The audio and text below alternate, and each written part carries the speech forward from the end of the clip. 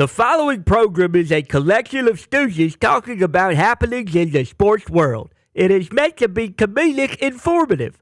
The opinions expressed on this show do not necessarily reflect the beliefs of their peers, their boss, or ESPN.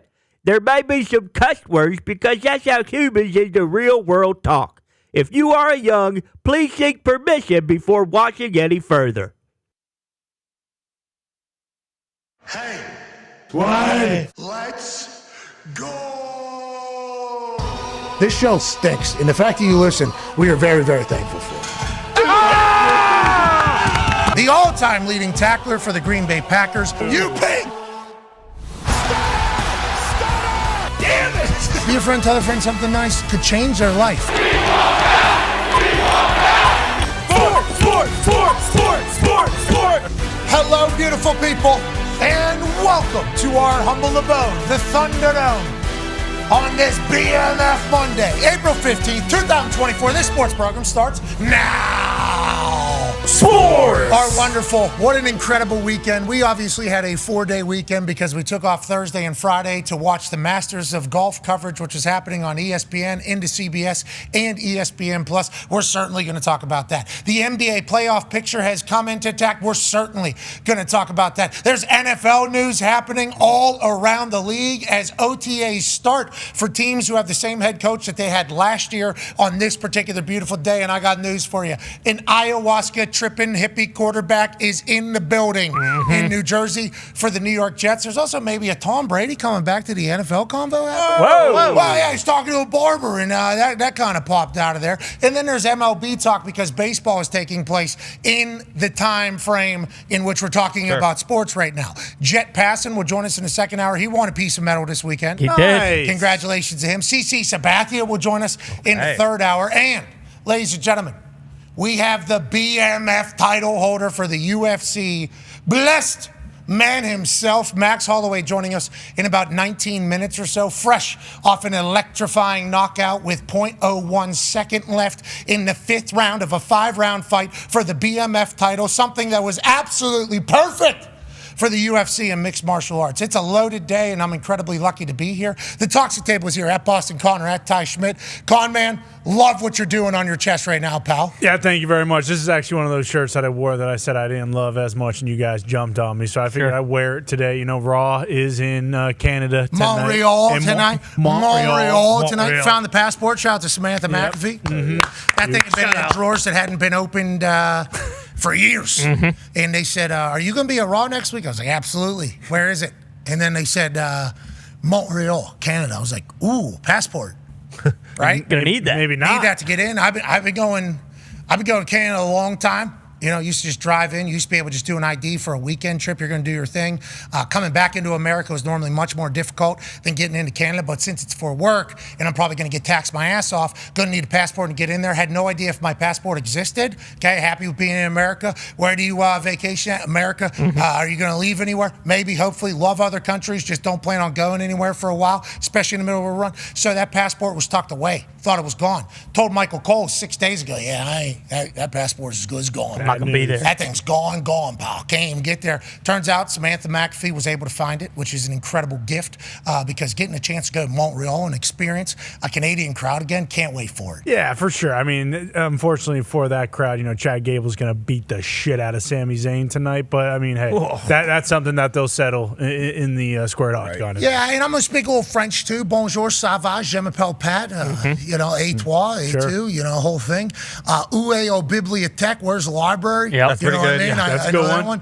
I also sent Ariel Hawani a DM this weekend because he offered up his mom's tortellini because he's from Montreal. And he said that I responded, I said, ta mère tortellini est très magnifique, ? And he said, bravo. I said, your mom's tortellini is very magnificent, ? And he said, bravo. I said, oui. I took 4, 5, 6 years of French.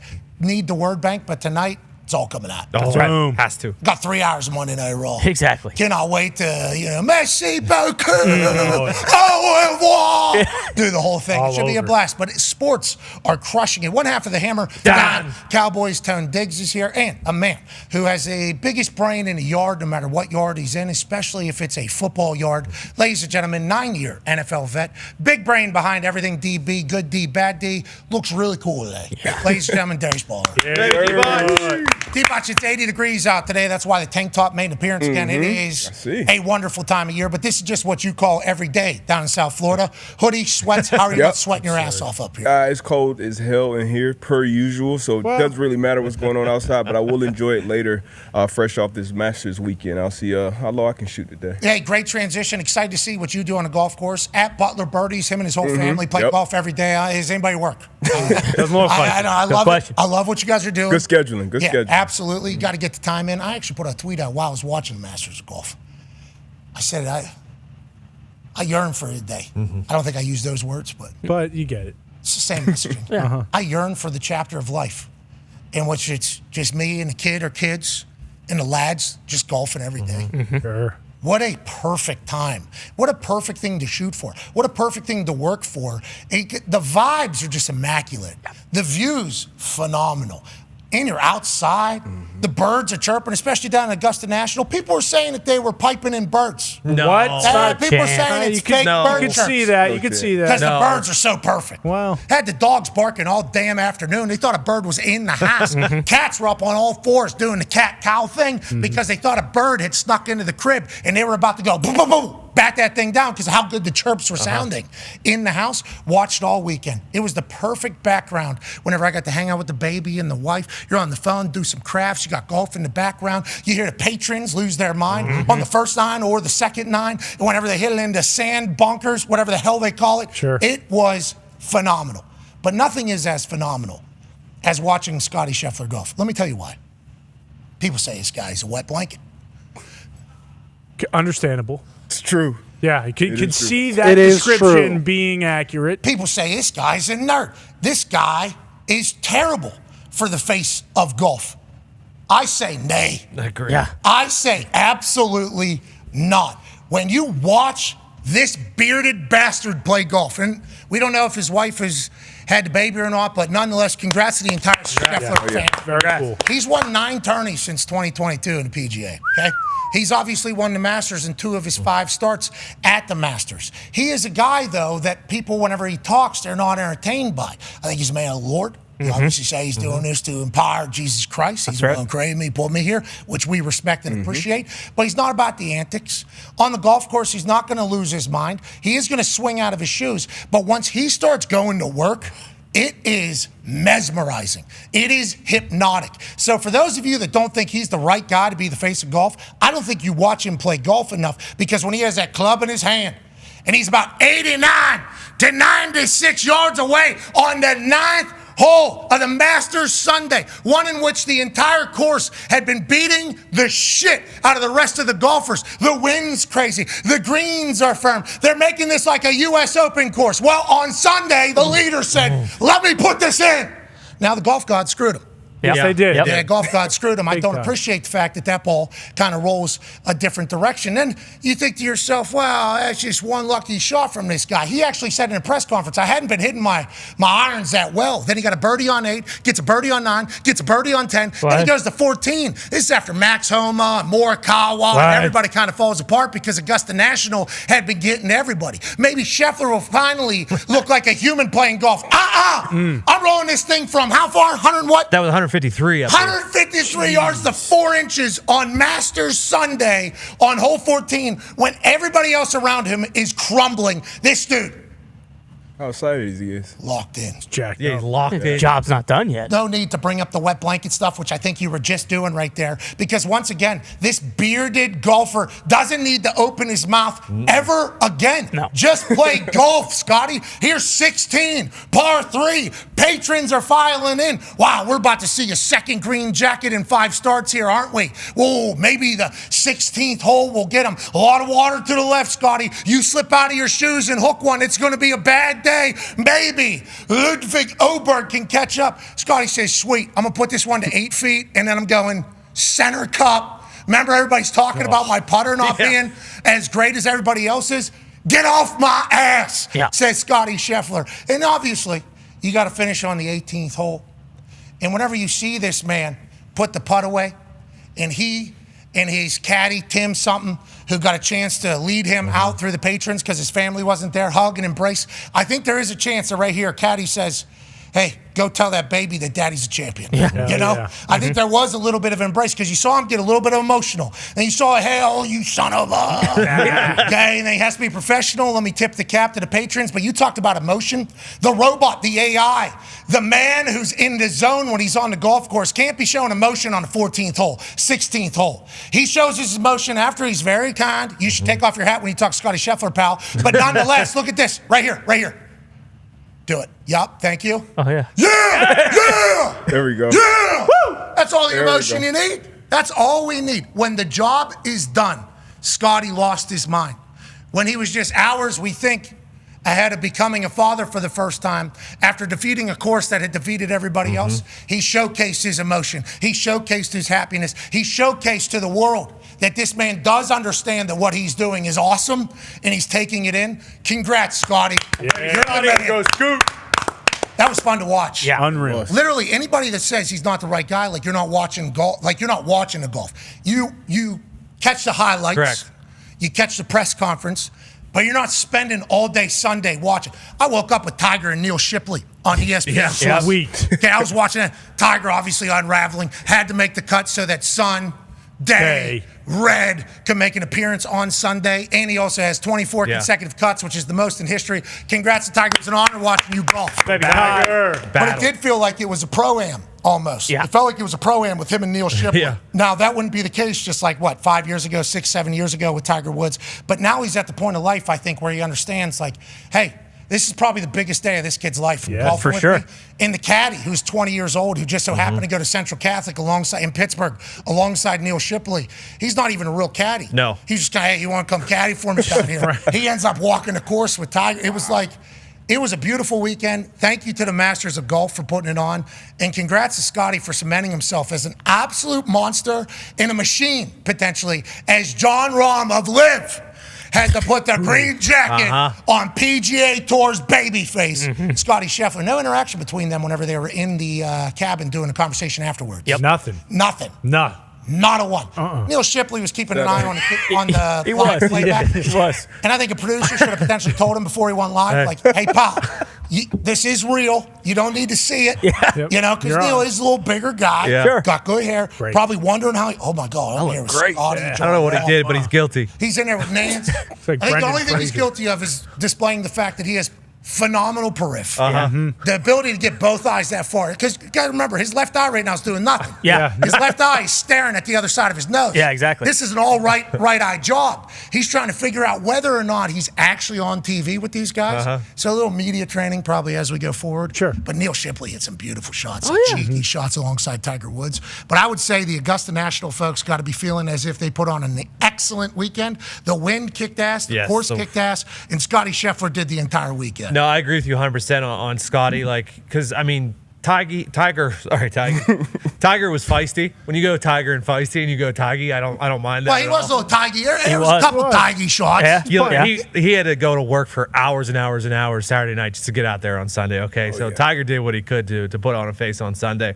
But Scottie, like, he personally isn't as feisty as Rahm or Tiger or some of the past champions have been. But his game is like on 14. Like when he hit it, he put it that close from 153 out. Like all in my mind, I was like, just Scottie, you dog, you. Okay, like that's all. Like his game and the way he swings out of his shoes, like that is the feisty part of Scottie's game. And just like on 9, the one where you talked about the golf gods from 89 out, that was when they were all, there was 3 at the top that were 7 under a piece. So like they kept trying to answer, and then Scottie just put it on top of them all day long, and like that's how his game speaks. And then finally, like I don't know if it was relief or whatever at the end when he did yell. It was like that. He is just a stone cold assassin all day long. Yes, killer whenever he hits these. Friend of mine, somebody I know, potentially birdied 9. Okay. Really? potentially. Wow. Okay. Close Tough friend? hole. Is it a close friend? Yeah, real close. Source Says. very close to person. Also birdied 9. Did not do it in the same fashion. But Okay. Yeah, no, didn't did reel not do it in back? the same same fashion. score on the card. Exactly. Didn't pull exact. We both got circle on That's the right. and then we just whoever I'm talking Yeah, yeah. about got circle Yeah, on the button right. and Both. moved along.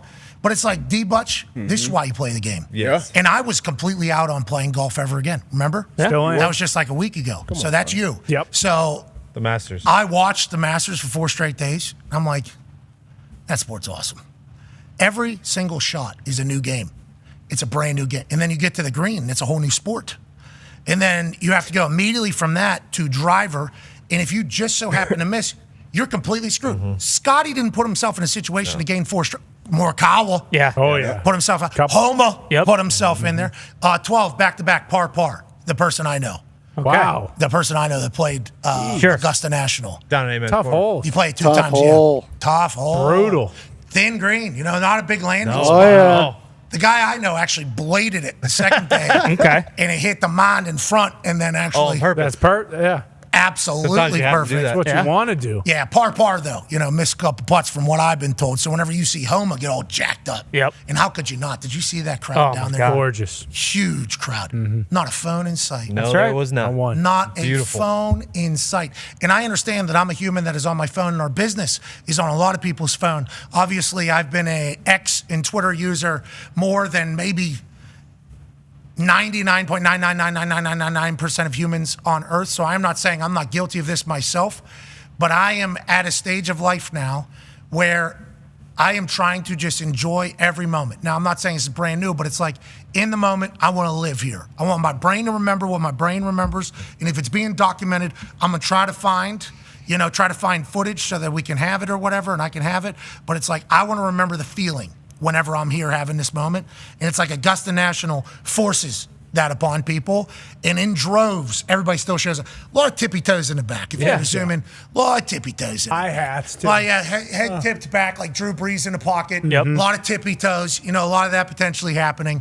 But yeah, that was a beautiful moment to watch. Looks crazy, And it got me completely back into golf. This weekend, I'm all the way back. I'm like, you know what? Am I playing at the American Century Championship? Last week, no way in hell am I wasting my life in doing it. Sure. I'm a terrible golfer. It's 4 days. My toes bruised. My feet get blistered. I What? suck. It's not fun. Sunday's the worst day Oh, no. of anything I've ever been a part of because I have to walk this 7-mile course and it means nothing. It means absolutely nothing. And then we're waiting to get on a plane that is 5 hours Long So flight. far. back to Indiana. It's just like everything about it sucks, But the setup is awesome. Yeah. Yeah, sure. The vibes are immaculate. Good Right. people. Always. The views are great. Yeah. Breathtaking. The people are fantastic. And then you watch the Masters of Golf, and it's like, yeah, this is a sport I want to keep playing. Yeah. You've picked it up and dove in completely. Head first, yep. But I will say, with your allegiance to one particular tour over Yeah. another, Liv got their asses beat. No, they Killed. didn't. No, they didn't. D-Butch, DeChambeau is supposed to be the guy. Yeah. Top 5. And he's using illegal clubs, too. They were legal. They got cleared, and he jumped out to a hot start. obviously slowed $10,000 down. clubs. 3D Jeez. printed. It was a little lump in talk it. about But nerds. it was great, man. It was great to see, especially a new fan of the game, to see all the big time players playing in Yeah. the different storylines, the live guys. Homer possibly winning his first one. Oberg is a dog. Him First being- ever major yeah, Olympic. coming in the Handsome. second. 24. Colin Bright future. been paired up with Scottie to finish it off, but Scottie, he's just a robot, and I give him shit about not being excited. But my favorite football players like that, Barry Sanders, when it comes to the running back position, Tim Duncan, Cheetah. kind of similar. It So is. if your game kind of speaks for yourself, it does. Maybe the answer is an alternate broadcast with you talking over him when he's hitting. Maybe you be his alter ego or something. But he is a phenomenal golfer. And you mentioned it was kind of back and forth.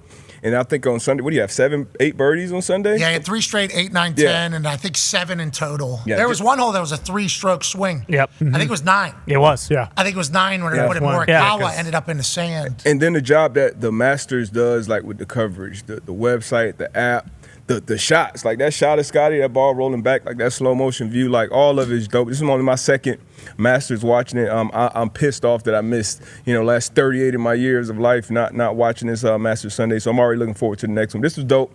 And once again, the golf world, they got to figure it out. They got to figure out how to get these two tours together and playing against each other on they do. a much more often. Tiger basis. said that the meeting down in the Bahamas was positive. He thinks all parties left there with a much better feeling of how everything is going to go. That was obviously Liv meeting the Yasir, Yes.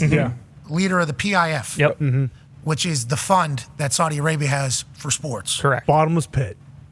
Basically. That's what they said. That's what they told us. They told us money. off the record And on the people. record. They told us. Remember how Olive Garden used to have bottomless soups and salads? Yeah, Right, exactly. good. That's what they got, but just with money. And I'm like, what's that? They're like, it's just money in there. Well, how many are we talking? They're like, whatever number you make up. yeah, in your head. Go ahead, Start, guess. start counting right now, and then we'll catch up with you 3 years from now. Still, Yep. Still got it. Still got it. What kind of return are you looking for on an investment? Well, so I think what everybody's saying is, and I guess CM Punk kind of alluded to this with some businesses that are being run by people that have a lot of money. It's like it's not necessarily just looking to make money. It's like wanting to create something awesome. Sure. You know, like that is the thought of the person that is with the money. Now, do I believe that Liv inevitably will make money off of their investment? Yes. Absolutely. Because I think live sports and golf are only going up and to the right, just like everything else. But them pairing with PGA would certainly help expedite the entire return of investment for them. Now, I think the courses matter. Big time. So, like, I think that's why, like, Augusta National showing up in the way that it did. And some people, like, look at this shot. You talked about the way they captured it. This is between two trees. Sweet. There's a birdie, one of 7 he had on So Sunday. awesome. Just right there. Like, just such a beautiful shot. Such a wonderful shot. Nobody's really acting like assholes in the crowd. No. I wonder why that is. You could you get kicked out. You get thrown out. Never can come back. You get Banned? banned. There was a You're guy. allowed- There was a You're guy. banned? You're not allowed to run on the course. You know how some courses. Oh, yeah, I saw that. Yeah, the guy who was he's running on the walking. course. Boy, did they get him, and he's gone for life. Yeah. Say you think you can add? You think both feet can be off the ground at the same time? Not a chance. Absolutely not. In Augusta? Because that is the Olympic rules for speed walking. Yeah. One of your feet have to be on the ground at all times. Mm-hmm. So that's why the speed walking method is what it is. Because when you're running, both feet in sky, because Mm-hmm. you're galloping and leaping. So they reviewed the footage. That son of a bitch. Yep.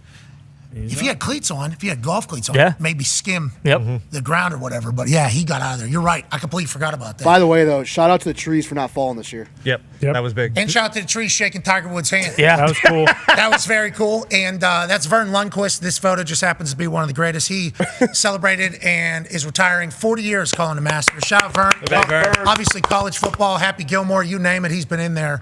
And I just thought immediately what I would say if I could go shake a tree's hand. Yep. I'd drive an electric vehicle, be the Yeah. first thing coming out of my mouth. Yeah, I mean, sure. just You're let them know welcome. I'm on your team. From what I've been told.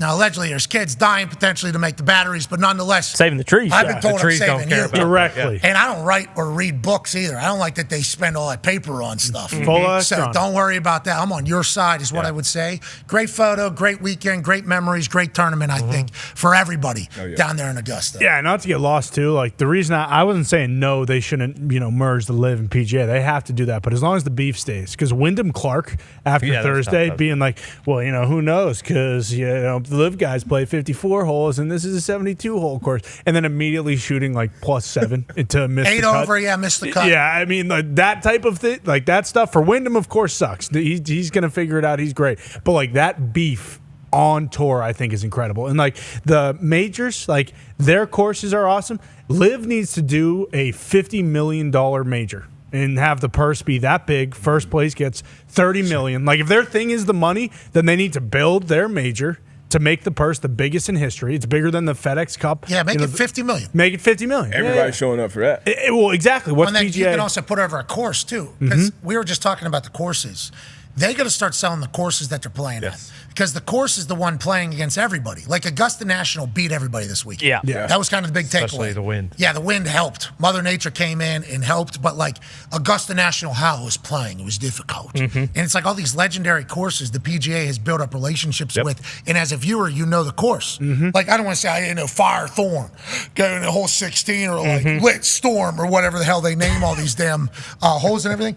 But you at least know it and you know what it is. So whenever they just drop into these cities on these brand new courses, everybody's like, it's hard to get credit to the court. Like, What, is this like rolling fields in Pennsylvania? it's a tough one. Like, I don't really know the course. I think they need to start putting over the courses more. As I watched this weekend, I thought of For sure, because I don't know about all the I mean, D-But, you've been to a couple of them, but it feels like most of these places that they play at, like, while they are challenging courses, like, for the most part, they're kind of like resort courses. It's like that damn near every stop on the PGA, like, there is a course there that's very difficult, that's challenging, that always challenges some of the players. And a lot of people were saying, and who knows if it's true, but they were like, well, maybe that's part of the reason that by and large Liv didn't fare well at Augusta this year, because these guys are used to playing easier courses.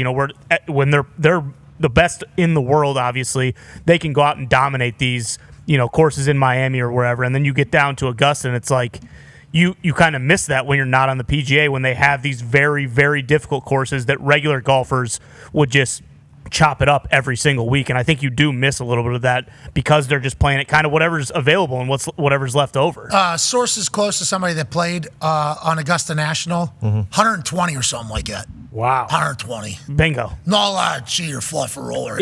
No winner rules allowed. No. God, it was The mulligans. Got to finish top it 20. out. What? It was about 5-6 live golfers in the top 20. Yes, Brooks had I was excited to see Brooks kind of get going. Hatton was hilarious. Obviously, he's back to the same old tricks. He's the man. He just can't help Cam himself. Smith and Bryson were the ones that were in the top 10. Yep. How about Zach Johnson?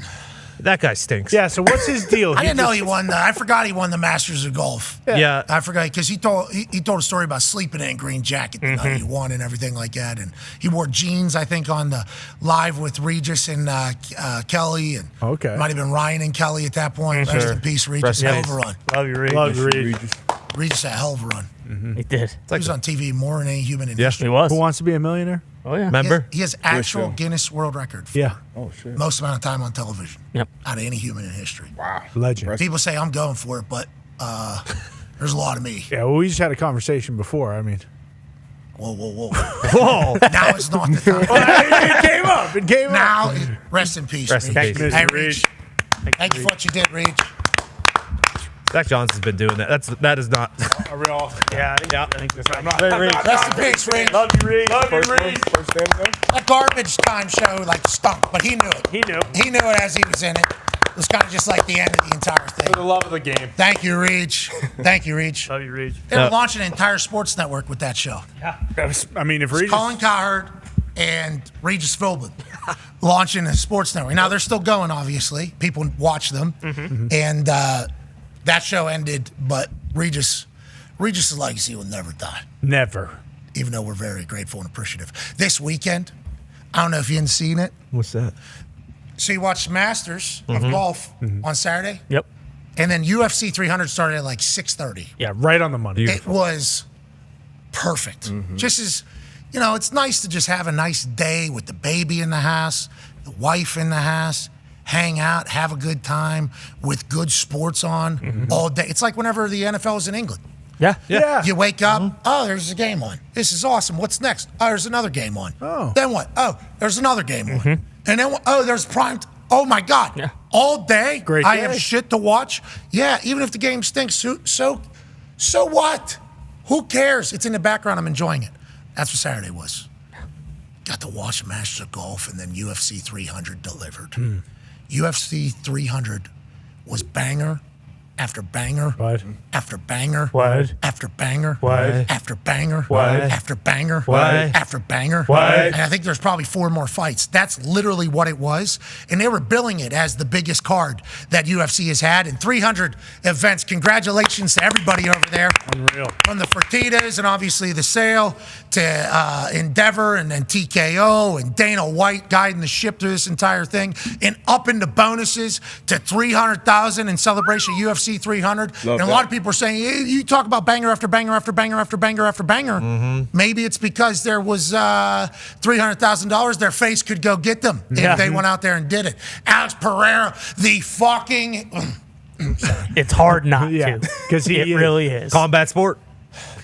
The main event, Pereira tells the ref, hey, excuse me, I just got hit in the dong. I get it. But I don't need to take a break. Go ahead and run this, please. Tells him, go ahead and excuse me, I'm good. He kicked me in the dick. It's okay. And Boom! Boom! First round knockout to cap off UFC 300. Little grind, little pound. How you doing? How you doing? And my favorite is Kabi Lama. Kabi Lama. But the star of the night, ladies and gentlemen, joining us now is the former featherweight champion of the world, but now the baddest mother in the UFC. Woo. Oos from Hawaii, ladies and gentlemen, Max Holloway. Yes. How are you, Oos? What's up, Pat, brother? Hey, I'm good, brother. How are you feeling? How are you feeling here 2 days removed, well, I guess less than 2 days removed from that battle with Gaethje? I'm feeling like the blessed man forever. That's how I'm feeling right now. That's amazing. Leg kind of hurts, man. I got kicks like a horse. Yeah, saw a lot of that. Obviously, that's going to be a tactic to kind of take away your base, especially with how hard you throw. Let's get right to it. And I know the boys have some questions as well about, your career and everything, but I just want to talk about the moment that electrified the entire world. The moment that locked in $600,000 in bonuses. Max, at the end of this baddest motherfucker fight, okay, the BMF title, you point to the middle of the ring and you say, hey, let's end this thing right here. Not the first time you've done this. I think UFC 199, you did the same thing against Ricardo Lamas, where you go, hey, let's go meet in the middle of this thing. Yup, right here. We're going to end this, and it's the same exact exchange almost. Is this just what you feel like you need to do? Are you obligated to do this? And in that moment, is it just like, yeah, one of us needs to get knocked the out here? Yeah, brother. You're fighting for the BMF. You're fighting for the BMF title. You gotta look at this. None of us is stepping back. We're just throwing and coming to each other. It's the BMF title, brother. What do you expect? Did you guys have an agreement beforehand? Like, was there a conversation like, hey, if this gets to the fifth round and it's the end of this, we are meeting in the middle and we are throwing bombs at each other? Or is it just kind of understood? No, I think it's understood, especially with Gaethje. I was telling myself if we was going to the fifth round, the last 10 seconds, I was gonna point down and swing for the fences. Just being able to share the octagon with him is just, he's a legend, man. He's a legend. I don't know if I'm ever gonna share the octagon with him ever again. And UFC 300, the biggest card for probably the next decade. The BMF title, if this is not BMF worthy, I don't know what is. Well, it's certainly. Yeah. Hey, you're a BMF dude. Uh-huh. Have been 29 fights in the UFC. Obviously, 2012, you make your debut. I went through and read your resume again. You had 4 fights in the year 2012, and then you had like 3 the next. Like, you're just how'd you get into this? How do we start this entire thing? Do you feel like you're representing for all of the islands of Hawaii whenever you step in there? And if you let them down, you can't fly back? Like, what is the mindset, and how did you get into this? For sure. From the island for the islands, So that's just what it is. Where I'm from, why not Hawaii? I mean, everybody always says a joke. When the UFC gyms came down to Oahu, Hawaii, they said, "Oh, look, the first UFC gym." That was a lie. The first UFC gym was Waianae High School, where we from, and the kids just fighting all the time. So I got into it because I just wanted to be able to protect myself. Yeah, well, turns out everybody probably on the other side of that was like, enough protecting yourself. Yeah. Yeah, we're trying to protect ourselves from this entire thing. I saw, obviously, kickboxing, jiu-jitsu in there, Muay Thai, I think, but also boxing. You're an absolute stallion at. Are you still working on all of these? Are you still getting better, you think? Like, where do you put yourself right now versus maybe 5-10 years ago? Oh, for sure. MMA is a forever growing sport, and to stay with the pack, if you want to stay with it, you gotta keep growing, keep evolving. You're an athlete, Pat. You know how it is with the game. You gotta evolve every year. If you stay the same, then you lose your job. And I want to be remembered one of the greats in the sport. So that's just what you gotta do. You gotta keep evolving the sport. If you don't, then it's gonna go right past you. Well, obviously, you're gonna be remembered forever. Because of what happened at UFC 300 and everything else you've done before that. Now, the next conversation is, who's next? That feels like the biggest UFC thing of all time. Immediately upon a fight being over, it's like, all right, call somebody out or get called out or do what you got to do here in your promo. I saw Ilya send a tweet congratulating you, saying he'd be the first person to knock you out if you guys got in a ring together. Have you thought about the future? And Have you thought about the future, and where are you right now with all of it? I mean, it is what it is. About that tweet, he ain't the first one that said that. Many guys did. The only guy who actually, it technically didn't count. That put me on my butt was Gaethje this past Saturday. But according to UFC, it didn't count as a countdown. So I guess my record is still clean. But we see what happens. We see what happens. If it's Ilya at 145. His tone changed a lot. He didn't want to fight. And now he's coming around finally, because I don't know what he was thinking of saying that we don't deserve the title shot. And then, with 55er having a BMF now, got some big fights coming up. We just wait and see, Wait, see what Dana White wants. We see what Hunter wants, and we'll figure it out. I don't know if you saw the press conference. Dana wants Max Holloway back in the octagon. Yeah. Dude. He knows the deal. And it feels like you know the deal, too. It feels like being an entertaining fighter is a part of your thing. Is that true, or am I misreading this? For sure, brother. Everybody think fighting is fighting. Fighting is one thing, but we're entertainers at the end of the day. We gotta say pay-per-views, and people gotta want to tune in.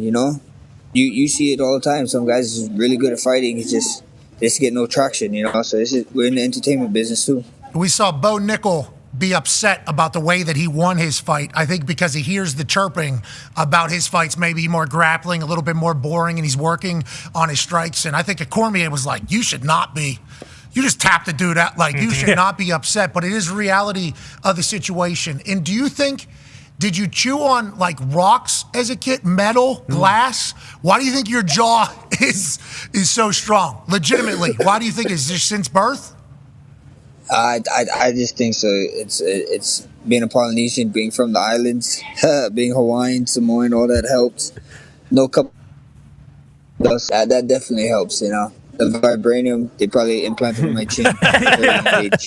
Hey, the ooses are the best, dude. Yep. I wish I was an oos. First of all, I wouldn't sunburn so quick. But also, I'd be much tougher. Love your island. Love the people from there. Connor's got a question for you. Yeah, Max, your point about kind of like chasing greatness and wanting to be remembered as, one of the greatest. Joe Rogan said that was the greatest knockout in the history of the UFC, and he's been around a long time. When you hear stuff like that, what does it mean to you? And then when you see the reactions of Adesanya and Volkanovski and all those other guys, is that kind of even a bonus to see how impressive it was for them as well to see that knockout, because it was absurd? Yeah, for sure. It's just amazing. Amazing to see people react, and then to see my peers react is even more crazy. Watching fighters geek out like fans, it's a pretty cool thing to see, and then to hear Joe Rogan talk about it like that, and even Dana White. I think Dana White said that's the craziest holy shit moment he had, and he's probably going to see for a long time. So, hopefully we can top it. Everybody always thinks that there's one moment, but, hopefully we can replicate it and do it better. A buzzer beater knockout. Oh, yeah. I don't. Tough to 1 beat. second. How many times have you watched it back? Have you watched it 1,000 times? You should, by the way. Oh, brother, yeah. It's everywhere right now. You cannot not watch it. It's crazy. I assume your algorithm, just feeding yourself. Brother, it is insane, brother. Even like after the fight, we was watching the top 10. I was crazy when they gave us top 4. I was like, oh my gosh, they had like a soccer guy beating us in the top 10, the sports center top 10. I was like, what is going on here? Yeah, who cares? Hey, who cares? Hey, who cares? That does not mean anything.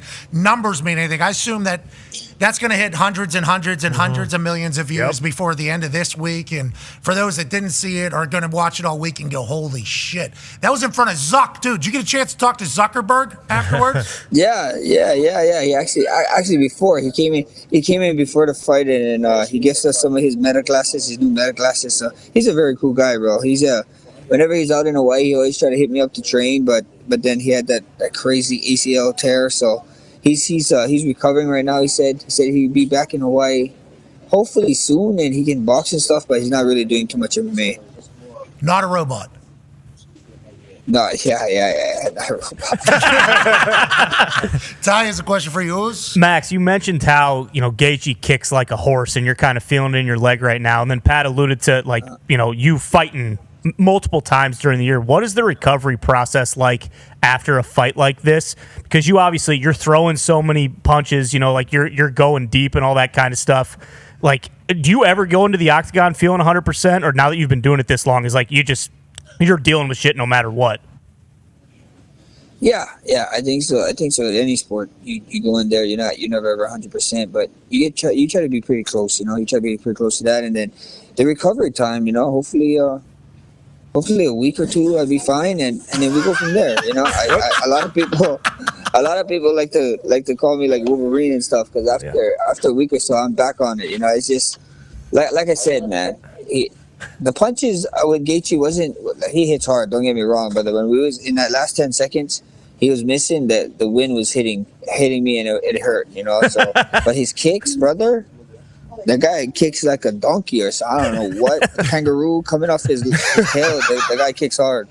I love that. I enjoy the respect you have for him as well, because after watching the fight, it's like I hope these two warriors know that what they're doing for us is awesome. And you talk about the strikes and everything. There's a bunch of stats coming out about your historic career right now. Total strikes landed in the history of the UFC, 3,622, obviously about 1,000 more in second place. And then significant strikes landed, a couple thousand more than everybody else. You're an absolute monster, pal. Absolute monster. Are you back in the gym in like a week or two? Or how does this, do you have to like I think we talked to Michael Chandler. And congrats to him finally getting the Conor McGregor fight on the books. That's good for him. He talked about how it's just his lifestyle. Like if he doesn't train, he doesn't feel like he's doing life. Are you the same way? Are you always in the gym, remain in the gym, or how do we continue to go day to day here? We see what happens. My son wasn't able to make it this fight. We promised him a trip to somewhere, so we got to do that first. But yeah, man, I'm not like that. If I miss the gym, it's not the end of me. So I'm not something like that. And sometimes I don't want to see some of the people at the gym. My strength and conditioning coach. I tell him all the time, brother. I do not like seeing your face, because every time I see his face, it's going to be a tough day. Well, that's inevitably that's why the fifth round at the end after 1 second knockout to still have the energy to do the full celebration afterwards. Like I'm puking 30 seconds into round one. You go 5 rounds, literally the longest knockout fight in the history of the UFC with 1 second left. And then the juice afterwards is remarkable. So that strength coach might be an asshole, but it seemingly has paid off. Yeah, pretty good. Boost. Are you sparring? So obviously when you're in camp, are you fighting? Like are we fighting people, or how do we, because you don't have to test your chin, I assume at this point, but what is the sparring like going in to fighting somebody like Gaethje?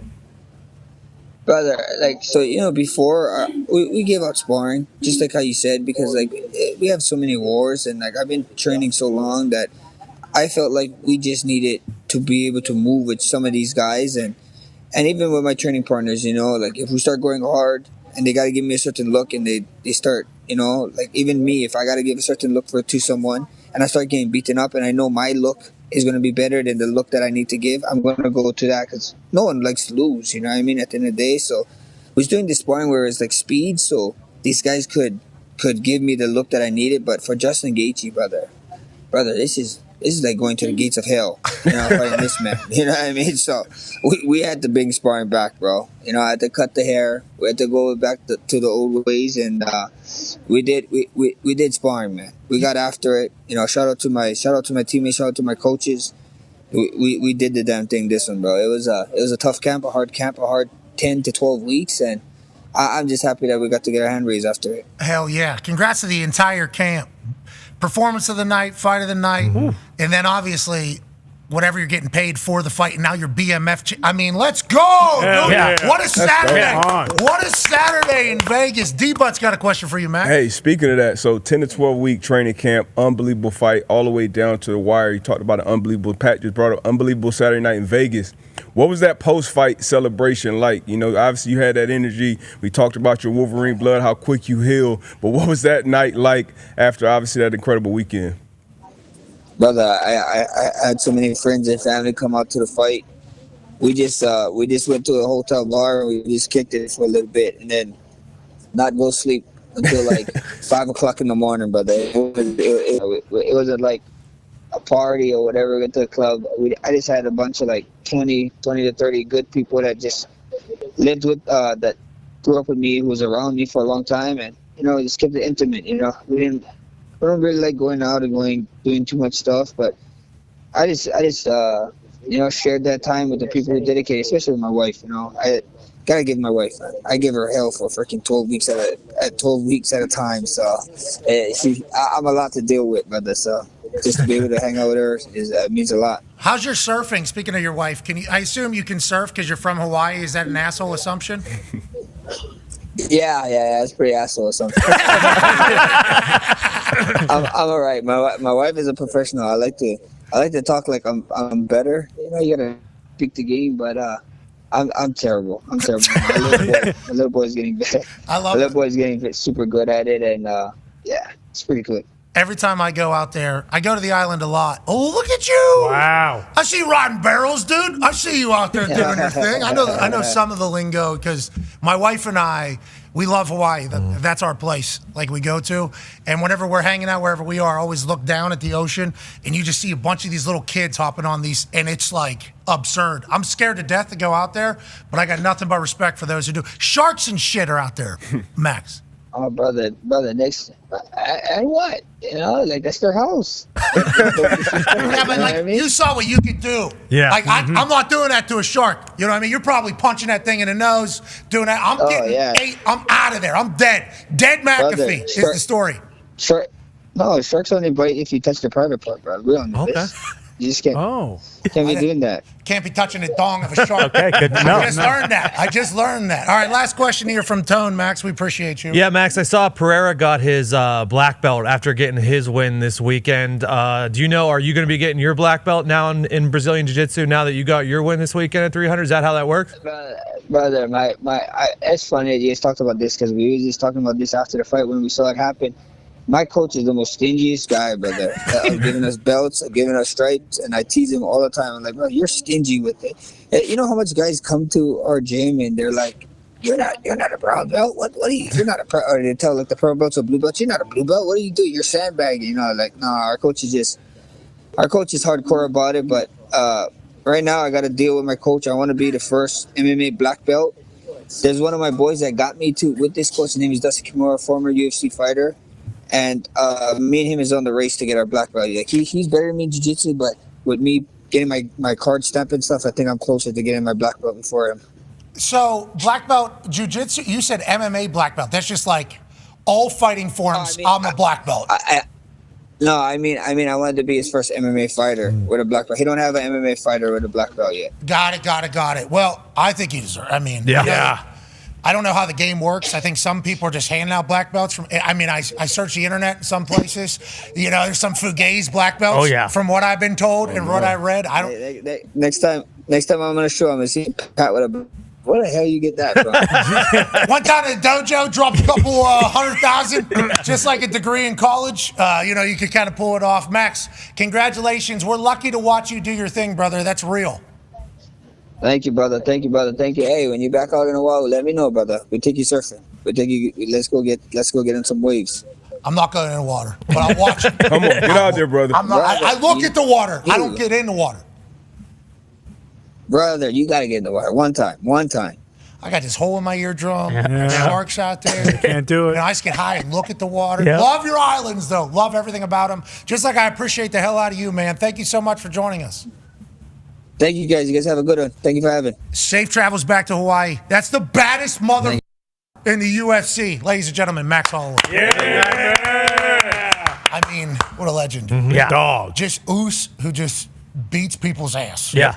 29 fights in the UFC since 2012. That's so many. He's not undefeated. Obviously, he's taken some split decision losses, unanimous decision losses. He picked up fights like within the last few days or few days before the fights because people get injured. He's fought everybody. Yeah.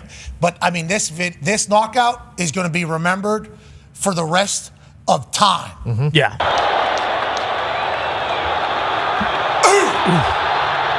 Damn. So big. Jeez. Of a night. So big of a right. So big of a fight. So big of a moment for UFC. Congratulations. Once again, boys. Let's pivot away from UFC 300. Let's go to the NFL, shall we? Hell yeah. We know we're just a week and some change away from the NFL draft, which we will be live up in Detroit with a whale. Mm-hmm. Wide. Look out. This could be the biggest draft spectacular yet. Oh, yeah. Biggest one yet. No doubt. All People are going to say, and I have an announcement to make. Oh. Okay. We will be having a countdown to the Draft Spectacular program that'll start 30 minutes before the Draft Spectacular starts to break down everything that's about to happen throughout the evening. Okay. Have a couple lines in the water. No Hawaiian waters where there's sharks. Sure. Yes. Don't touch their dongs, we learned. Good to know. Just moments ago from Max, which we're very thankful. Or boobs. So if you ever get out, Either or. Yeah, or... Yep, any of it. Right. Mm-hmm. Anyways, got some lines in the water for some, acts. Oh. Okay. Because these drafts take a very long time. Yes. They do. We signed up for this 5 years ago, I think, 4 years ago, whatever it was. We said we're going to do the first round of the draft. And the reason why we signed up for it is because we thought the draft was such a mock, just such a mockery. The things that are being said about these guys as if they're going to be Hall of Famers. And the expectations that are put on these guys by the cities in which they get drafted from are as if they're going to be all pros or they're going to be Pro Bowlers. Then you start looking at stats. Oh, these guys stink. Yep. Now, they don't stink at football. If they were to play pickup football with you, they would dominate. Absolutely crush you. They would be the best on the field. They're making it to the NFL. Congratulations. You had a hell of a football career. Unbelievable. And there's other football leagues you can go play in and do that. But a lot of these guys just aren't going to cut it. That's just how it's going to be. Whether it's too much football IQ that they don't have, whether it's the handling of more time, whether it's the handling of more money, whatever it is. Sometimes whether it's a lack of spots at your particular position because the all-star team from the year ahead of you is there, and the all-star team from the year ahead of that one, and the fodder's fodder, and the fodder's fodders. And you got people playing until their 40s. Yeah. Speaking of, Tom Brady might be coming back. What? Yeah, he was talking to Vic Blends. Okay. Vic Blends, he's white with a sweet fade and a lot of really cool tattoos. And Tom Brady just sprinkled in a little fodder for everybody to chat about. Wait a second, is the GOAT getting back into the barn? Ooh. Run it! Let's say one Sweet day there's fade. a situation, right? Cool tats. It's a 49ers, Like I said. heading to the playoffs. Offense is great. Patriots, Somebody, Raiders, look, could be, you never know. God forbid somebody goes down. Okay. Would you pick up that phone? I'm not opposed to it. If they would, I don't know if they're going to let me if I become an owner in an NFL team, but I don't know if, I don't know. I'm always going to be in good shape, always be able to throw the ball. So to come in for a little bit, like MJ coming back, I don't know if they let me, but I wouldn't be opposed to it. Wait. Ooh. Wait a Tommy. second. Wait a second. So let's say something unfortunate, which we don't want. And ladies and gentlemen, this man will be on our show tomorrow. Brock Purdy. Wow. Okay. Oh. Brock? Yeah, Brock's on the show tomorrow. Okay. Holy shit. Hey. That is breaking. Charles Barkley's on the show tomorrow. What? Damn. Tomorrow, much better show than today. You got CC Sabathia on the. I was going to Oh say my today, God. not And bad. Jeff Passan won that piece of metal. Yeah, we he just did. had Max Holloway. Yeah. Baseball. Oh, the boy swinging a hot bat. Hold on. I think so. I was about to make another announcement. I was going to say. You were watching a full tennis thing happening in my head. Now's not the time. Anyways, let's say something happens to Brock Purdy, which I don't love. Okay, I don't love that at all. Yeah, hopefully But that team's going to be good. That team's always going to be good. Yep. That team's always going to be in the hunt. Something happens to him late in the year. That's his hometown team. There's pictures of him with San Francisco 49ers gear. You're telling me there's a chance that Tom Brady would at least entertain a phone call from them saying, hey, you want to come back if you need it, if you had a good run? And then he said the Raiders maybe. Obviously the Raiders are a team that he's potentially going to own, but for some reason the other owners are like, nah, we're not going to vote on that, pal. We're a player? I don't think so. Push that. I think Al Davis is a player. Yeah, but I don't care. At what rate? No way. Not a chance. You're going to ruin the valuation of the entire league. We can't be doing that. No way. But then he said the Patriots as well. Oh. And I heard you perk up pretty mightily right there. Now, the way Vic blends, sick fade, great tats. Yep. Exactly how I remember the video from 4 hours ago whenever I watched it. He says all these names if they were in it still. Yeah. So that would mean, hey, Tom Brady has hopes that Coach Mayo is going to be able to have the team in it towards the end of this entire thing. And it feels like he respects and likes everybody that was back there, if you heard the way he talks. Yep. And I saw you go 6 to midnight right there. This would mean that a quarterback that was playing very well to get them in contention would have to get hurt. Yep. And then he would come back. But all of a sudden, we're back on old Tom Brady, maybe the Patriots quarterback. And what are your thoughts on him maybe playing for another team outside of New England yet again here? I mean, him playing for another team, I think, is more realistic. I was more so thinking like Brady coming in for the Patriots week 18 to win the week Week 18 game to push the Patriots to 4-13 again. But again, this is a situation where it would be nice, the idea of Tom coming back, to see him in a Patriots uniform again and get that moment of like, okay, this is actually the last time I'll see him in a Pats uniform, because a lot of New England fans didn't get that. But I mean, the idea of him coming back, you can never rule that out. I mean, this wouldn't be the first time the Niners called him. They called him last offseason going into it? Like the idea that they wouldn't call him going into a playoff run, I mean, they would definitely do that. And then you even just think even broader, like if just players that he hadn't played with. Like imagine if the Dolphins, which he was connected to, where they have a Tyreek Hill and Jalen Waddle, and something happens with Tua and he goes down and they need to do something like that. And even a team like the Cowboys, where Dak Prescott goes through something, and it's Jerry Jones, and maybe Tom thinks to himself, hey, if I go play for Jerry, maybe Jerry will spread the word and let everyone know, like, hey, Tom's a good man. He can be an owner in this league, because that's clearly what he's still looking for. But no, he said it in there, and I think it goes for a lot of quarterbacks. Like, Tom is going to be able to throw the football very well till he's 50. And I mean very well as in probably in NFL, hopefully. I mean, who knows? It would be fun to play. We know another human that has told us I'll always be able to. Yeah, exactly. Yeah. Always. Never what are we even talking about? I assume most of those guys think that. And then you see Steve Young, whenever he was on Monday Night Countdown, he was on that, he was still spinning. Then he was doing full jog. We're talking high heels up there while he was I mean, he looked good. Oh, yes. He was touching cheeks. Yeah, he was. Running a VC fund. I mean, he was. I guess some of those guys. I mean, he's not as old as these other guys, but Darren Orlovsky, the Pro Bowl. Jack's still slinging around. Bink's good point. RG3. Who's that? RG3. Carr's older brother. Dave. Yeah. David, he did that target practice thing. Oh, yeah. With, I forget who it was, and it was like, boom. Dominated. Boom, boom, boom. And then the miles per hour in which he was throwing was like faster. Everybody, it's like, you guys get better after you? Why isn't this guy still playing? How does this whole thing work? It might be modern science, which Tom Brady is TB12. It's not modern science. It's oldest science. Yeah, it's the oldest science of all time, pliability. Tom Brady might be coming back. He might not be the only one. Ladies and gentlemen, Andrew Luck threw a football this weekend. With money on the line at the Chuck Strong Gala, where Chuck Pagano obviously plays host to a fundraiser here in Indianapolis every year. Jim Irsay said, if you two can knock out every picture of Chuck Pagano in 1 minute, I'll donate $1 million.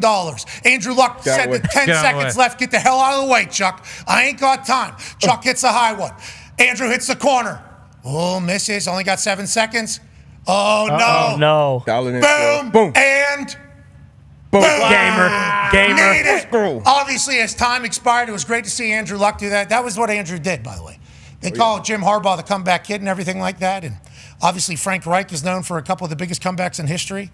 If you look at Andrew Luck's career, it did not matter how much we were down. It was not a matter of if we were coming back. It was just a when we were coming back. He might have the greatest second half stats out of any quarterback I've ever seen. And it starts out as like, the other team must have just got comfortable or something like that. And then it doesn't matter because him and T.Y. are just about to go bananas on you. It's that gamer mentality. Oh, yeah. That's the thing that I think, you don't hear about a lot with Andrew because he was the perfect prospect. This guy. He's tall, he's fast, he's incredibly smart. Mechanical engineer. I think he could go build a bridge right now if he had to. Yeah. Like actually could piece together a building or a bridge if he had to. Nobody ever talks about his competitive drive. Yeah. Because he retired young. Nobody thinks like his competitive drive is high, but you saw it there whenever he raised $1 million for the city of Indianapolis and the people here, which we're very thankful for.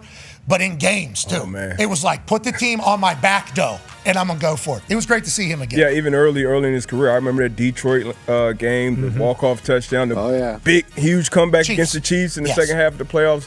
Luck's always dialed in when it's time to be clutch. Always. We appreciate him. Thanks for coming back to town. We miss you, pal. Hour 2 on the other side with A.J. Hawk and Jet Passan, who just won a piece of metal. Wow. We'll be in a matter of moments. Be a friend, tell a friend something nice. See you in 3. Now is a man who will be compared to forever whenever they're talking about GOAT conversations in the sport of football. That's because he won 7 Super Bowls, was consistently dominant for more than 2 decades at football. Ridiculously handsome. So absurdly handsome. An underdog story, too, picked at 199 of the NFL draft. Not a top 5 pick, not handed anything. And then what did he do? He went to work, did his job, became the greatest of all time, and now a phenomenal businessman and a great representation of the greatest league on earth. Ladies and gentlemen, Tom Brady. Hey, Hell yeah, What's dude. up, my man? Tom, I thought this was all potential gimmick rip. I didn't know if you were actually on the show. I'm so pumped you were here. Hey, we love you, dude. We love you, Tom. I appreciate it. When you're 40 years old and you've won 6 Super Bowls and you're already being called the GOAT, was there anything to you getting to the point of just being, I'm tired of Bill Belichick talking to me like I'm a 23-year-old? Because that was kind of the lingering at the end of your time at New England. There was so much people just trying to create some division that most of it was untrue, but it's just the way the world works. And naturally, I think division from within is a big problem in these team environments. And I don't like seeing any dysfunction in team environments. Obviously, my respect for Coach Belichick is pretty well documented. He was an incredible leader and coach for our team. And I tried to do my best every single day that I took the field. I knew that he did the same thing. And I think that's why I respected his coaching so much. But whenever they talk about the Patriot way, that is normally the reason that is given, is like the Patriot way, the Patriot way, the Patriot way. I've never used that term in my entire life. I think when people say it, I'm always like, what's the Patriot way? It sounds like the title of a book. I think what we tried to do was we tried to do things the right way. I think we tried to practice the right way and prepare the right way. What happened on game day was ultimately a reflection of what we practiced. And I thought we had great leadership from our coaches, and it filtered down to the guys who really drove the culture. We had so many guys that I played with over the course of a lot of years that really understood that, okay, I'm going to care about my teammates and I'm going to care about helping the team win. There's a guy on our show who is a diehard Patriot fan. Boston Connor has a question for you. Yeah, Tommy, I have to. What's up, Boston? I have to start and just say thank you. You know, my whole life has been incredible because of the fact that you have won 6 Super Bowls. And, you know, I'm a loser every day, but I'm a winner as a football fan because of you and what the Patriots were able to do. So thank you. What do you think the new era of New England with Mayo is going to be? Him coming back into coaching, I think is great for the NFL and certainly great for the Patriots. He's got a great understanding of how things need to be done. I think Gerard does an incredible job relating to everybody in the locker room, all the coaches, and I think he'll do a great job. Going into the booth, are you utilizing the same thing, hearing what people are saying about you going in there? And how do you balance that while still being a human? The broadcasts are going to be 5 years from now is going to be hopefully more improved than the one that starts on day one. So I'm going to go in there with the opportunity to start and learn, and I'm sure by the end of the year I'll feel more comfortable. I really want to be a great ambassador for the NFL and the game. I love the sport. I love the athletes. I love the organizations, and I really appreciate how challenging it is to get there again. The following program is a collection of stooges talking about happenings in the sports world. It is meant to be comedic informative. The opinions expressed on this show do not necessarily reflect the beliefs of their peers, their boss, or ESPN. There may be some cuss words because that's how humans in the real world talk. If you are young, please seek permission before watching any further. Hey. Why? Let's go. This show stinks, and the fact that you listen, we are very, very thankful for. The all-time leading tackler for the Green Bay Packers. You pig! Damn it! Be a friend, tell a friend something nice could change their life. Sport! Hello, beautiful people, and welcome back to our humble abode, the Thunderdome, on this BMF Monday, April 15th, 2024. Hour 2 of the program starts now. Sports! Oh, wonderful. We're incredibly lucky to talk about them every single day, and who would we be if we had this platform and we didn't say this? Do your taxes. That's right. Get them done. Do your taxes. Today's the day. Get them done. Gotta do it. Today's tax day. You don't want to mess with them. No. I've had a lot of friends, potentially trying to dabble. Guys, whenever I played in the league, they were like, I'm gonna write off my shoes because I'm a professional football player. Sure. I'm gonna write off my television because I watch film on this entire thing. Clinton Porter. Oh, I got a movie theater. No, that was much different. Oh, sorry. That was an insurance claim. I'm gonna write off my movie theater and my projector and my house. I need a yard, so I'm gonna write that off too because I train out there. And then the only thought was like, is that worth it? You're getting like $4 back on those shoes, maybe like $10 back to just kind of alert the IRS that like you're maybe trying to take advantage of the system. Does that feel like a good idea? Then I immediately thought to myself, I shouldn't feel that way about a government agency. I shouldn't think that we shouldn't want to ruffle any feathers within a government agency. And then I thought immediately back, you should think like that with the IRS because they'll get you. They will absolutely get you. And I enjoy paying the taxes. Lucky to do it. Love giving my money back. If it's going to help somebody, sweet. Now, where it goes, we all have wonders. Hey, can we get a little transparency on where his dollar's going? Because I want to let you know the potholes outside my house are getting bigger. Yeah. Okay, I don't know how that happens. Take more money. Potholes getting worse. Can't drive to work without maybe blowing out a tire. That's why I got a Hummer. It's electric, so maybe help out there too. Yeah. The whole conversation, we're potentially going in circles, but nonetheless, pay your taxes. Today's the day. Pay your taxes. Talks Tables here at Boss Connor and at Ty Schmidt. One half of the Hammer. Dahn. Cowboys. 10 Diggs is here. And 9-year NFL vet. Man, who looks incredibly cool. It always takes a shot about how cold it is in his underroom. Yeah, it does. Yeah. I appreciate it. I like that better than hot. Darius J. Ball. Agreed. That'd be cool and hot. I went to a Letterman show one time, and he kept his studio real cold. And I was so thankful. I was like, I sat in there, tight little thing. Had to wait in line, got a chance to watch him work. And it might have been 55 degrees. I was like, this is the greatest place. This is the greatest place I've ever been. So it is nice that we have the air conditioning fixed in here because the weather has turned here in the Midwest. I hope it has happened for you as well. 50 degrees tonight in Montreal, so that's good. Okay. Columbus Day in Indiana. Fly right back 2 months ago up to Montreal, but can't wait to get up there. Gonna have a nice jacket on, maybe. Okay. Maybe enjoy the sights. Sure. And speaking of enjoying sights, this guy is a sight to see. His face is something you don't think is possible. His jawline, too damn defined. Who is that guy? Oh, he's the all-time leading tackler for the Green Bay Packers. He's a Super Bowl champion, a college football national champion. What? And this weekend, his alumni, his school that he's alumni of, had their spring game on national television. Wow. It sucked. Yes. But it was on national television and the entire stadium was sold out. Ladies and gentlemen, AJ Hawk. Yeah. That game was crap. That was worse than the Pro Bowl. It was worse than the Pro Bowl. Yeah, it's a spring game. What do you expect? I mean, Kirk, I'm sure Kirk could have told you that. Remember we asked him about the spring game, what can you learn? He's like, nothing. You can't figure anything out really from the spring game. It's a good thing for some of the players that haven't played in a stadium with 80,000 people to kind of get their feet wet again. Okay, so I think that's what Ryan Day. I watched Joel Klott was on the sideline, and I watched the interview he and Ryan Day did before the game started. And Ryan talked about, you're not going to see a lot of the older guys, but younger guys, it's good to get them in front of our fans, for the first time. And, it's not. They're going against the Masters and everything else going on. And I appreciate Fox putting it on air. College football in the middle of April was beautiful. Love watching. I think Tennessee had theirs on the SEC network. Like, there was a lot of these spring games happening. But as I was watching it, I was like, oh, this is crap. I didn't know it was going to be such crap. I had no idea. Did you know it was such crap? It's Pro Bowl, but with people we don't know. Yeah.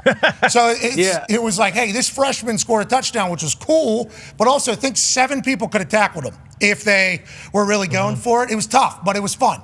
So I'm kind of torn, in this way.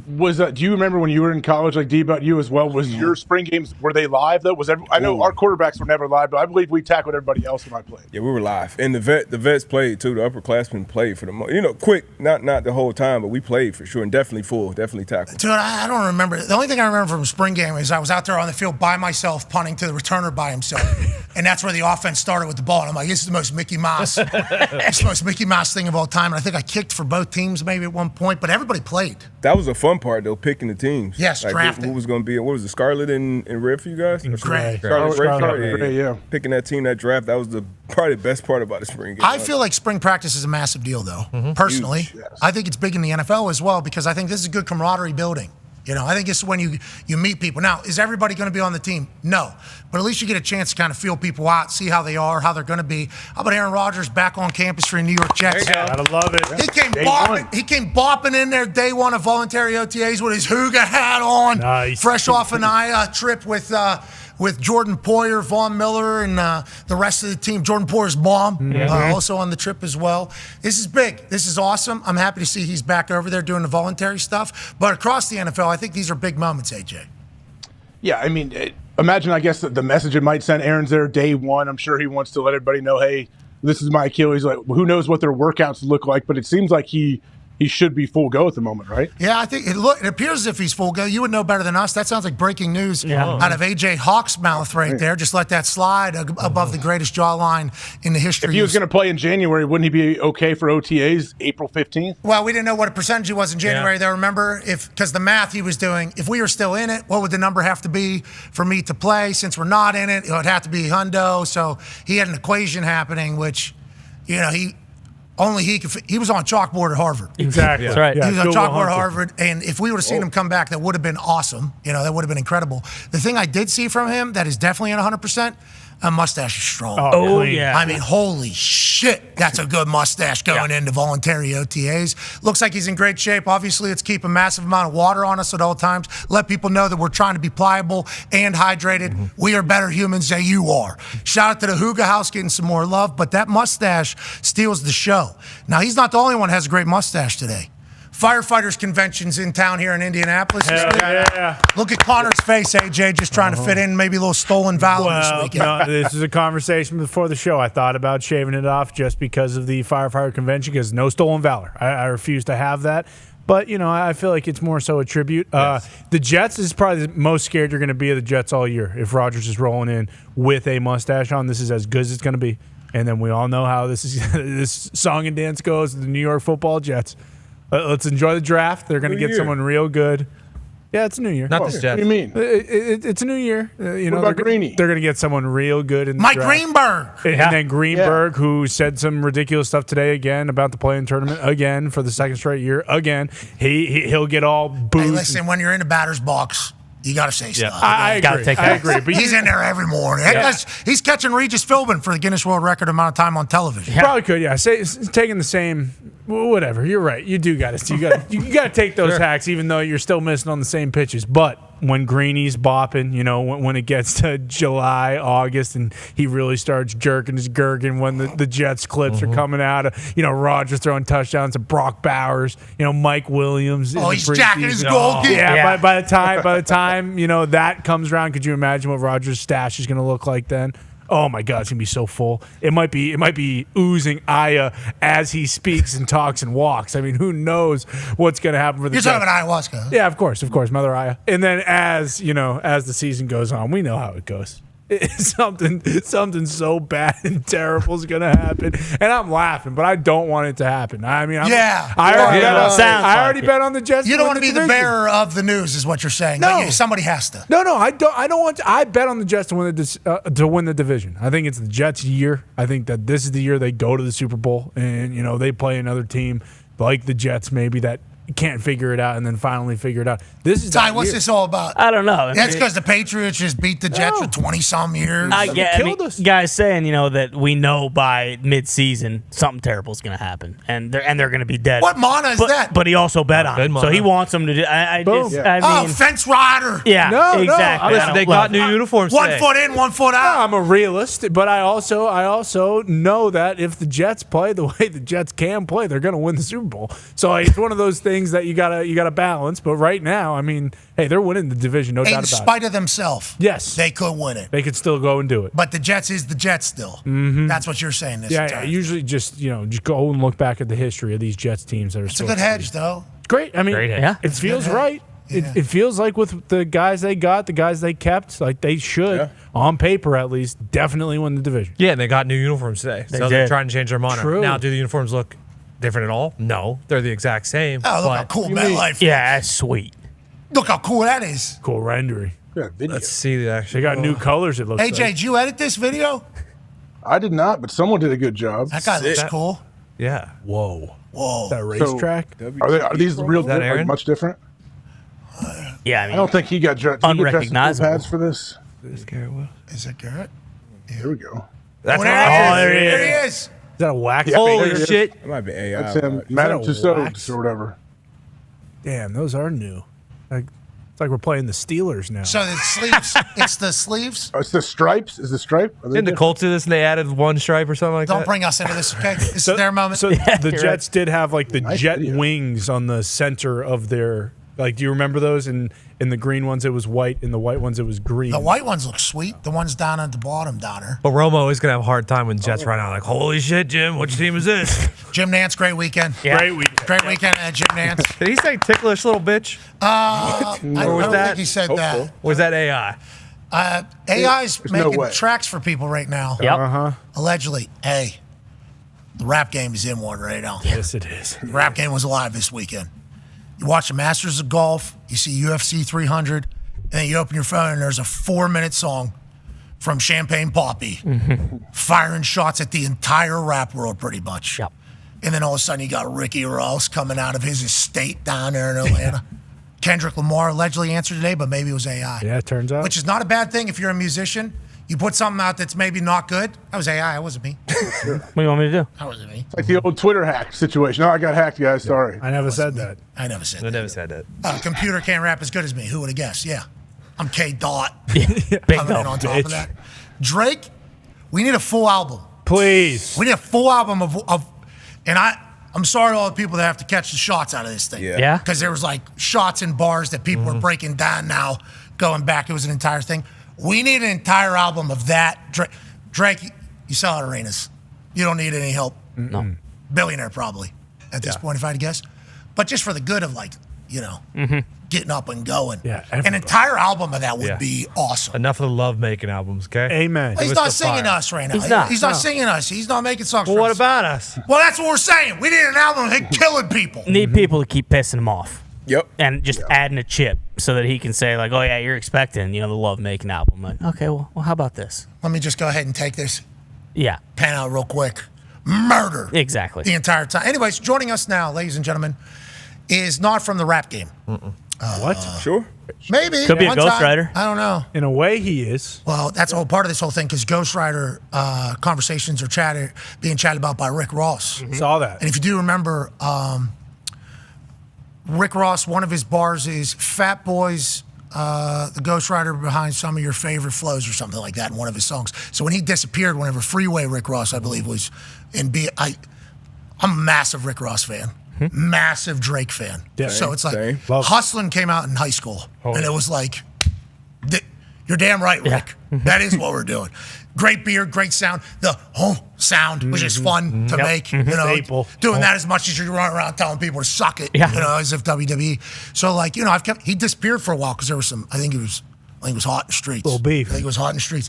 So I think he just wrote a bunch of people's music, and then he just got super mega rich. Yep. And then now he's back. If Rick's back and Drake's back, thank God for all this. Game changer. That is all I have to say about that entire thing. This guy, I don't know if he's going to throw himself into the diss track battle. Maybe. Could. He won Peace of Mellow this weekend. Yeah, he did. Wow. This weekend he won the 2023 AP Sports Editors Contest in the National Beat Writing category. Wow. Which encompassed all divisions. Oh, holy So there shit. was a category. Congrats. There was other categories. This category encompasses all categories. This guy won them all. Yeah. Ladies and gentlemen, Jet Passan. How you doing, Jet? I got a little flow. Like I appreciate that. I could. I mean, if you want me to. Please. Like I got Wu-Tang flow. Is that okay? Well, you're going to steal their bars, or are you making your own right now? Oh, you want me to freestyle right now? Well, that would be the whole thing if you were adding into the dish. Yeah. You would have to. You can't just jack a Wu-Tang album and then say, and then drop it in as a dish track. Anyways, we know you love, and you have Wu-Tang album, I think, behind you, and have. Yeah, it's back there somewhere. Yeah, it have for numerous years, which we appreciate. But hey, this award, what is this? This is a real deal. It sounds like legit. It's very nice to be seen by your peers as the best at anything, and I work with a lot of good people, and it's very nice when people think your work is good. It's something that you guys appreciate, right?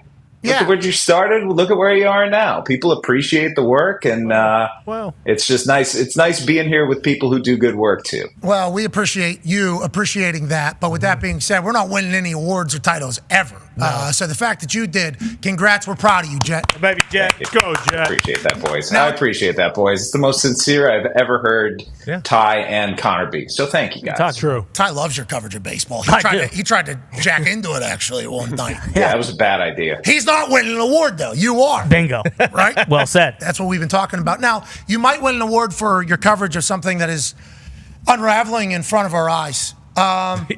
Just so everybody is on the same page here.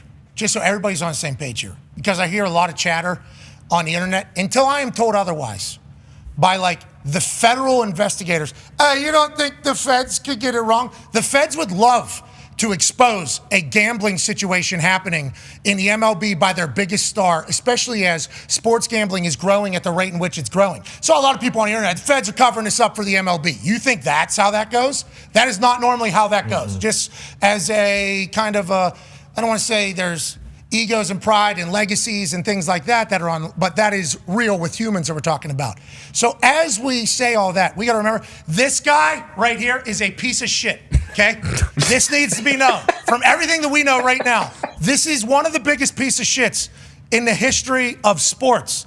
This guy took advantage of the fact that he was the ears and the mouth of the biggest baseball star on earth to the tune of $16 million with another $24 million owed. This guy sucks at gambling. He sucks as a translator. He sucks as a person. And we need to remember that forever. This is a piece of shit who robbed Shohei Ohtani of millions of dollars. Now, allegedly.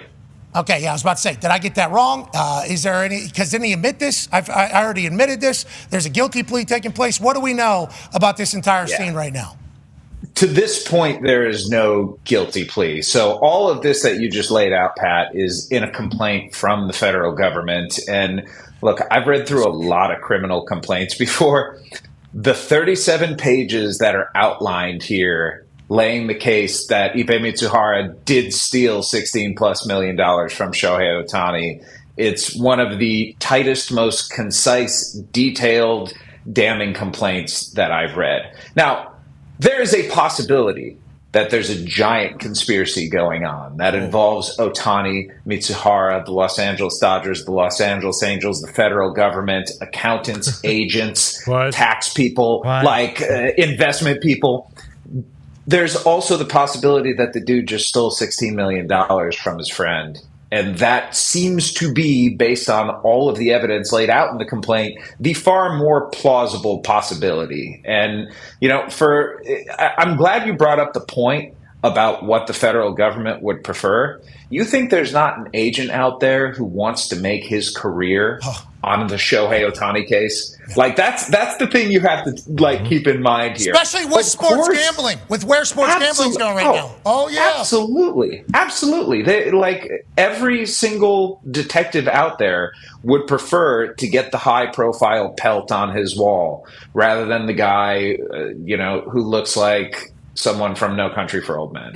Sure. Like, he's got the haircut. True. It's a vibe. There's a lot of documentaries about such instances. Now, there's also very good agencies and agents in every government. We obviously know that. But there are certainly people who have utilized their positions of power to try to create a name and a legacy for themselves that, they're heroes, which all of them technically are. Some of them abuse their power in a fashion that is, absurd. This would be one that I think both crooked agents, if those still exist, they do. We'll assume they don't, but crooked agents, and also straight agents would want, because what sports gambling is becoming, and this is a depiction of it almost, like there's some people that just get addicted to this thing, and there's no way out. And now, granted, he is a piece of shit of a human for taking advantage of his friend and the access that he had, and the trust that was bestowed upon him by Shohei Ohtani. And I guess a lot of people could also say it's easy to gamble when you just have $100 million of somebody else's money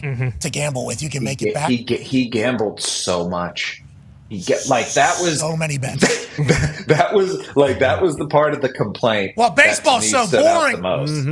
Baseball. Bet on so many things. He's just sitting there in the dugout. He's like, "Geez, Louise, is there anything else going on in the world?" Oh, good. I mean, it was 19,000 plus wagers at an average of $12,000 a wager, which is wild. Somebody to else's me. money. Yeah. Good units. Losses of $183 million. And I mean, he could turn around to you, Pat, saying that he's such a terrible gambler and say, Pat, I won $140 million worth of bets. Yeah. How bad can I be? Yeah, you're net negative $40 million. That's how bad you are. Okay, you are very bad. And obviously, we've heard about other gambling addictions that have led to things. And there's people currently battling through gambling addictions. And I think that's why regulated books are a big deal if we're going to have this whole thing.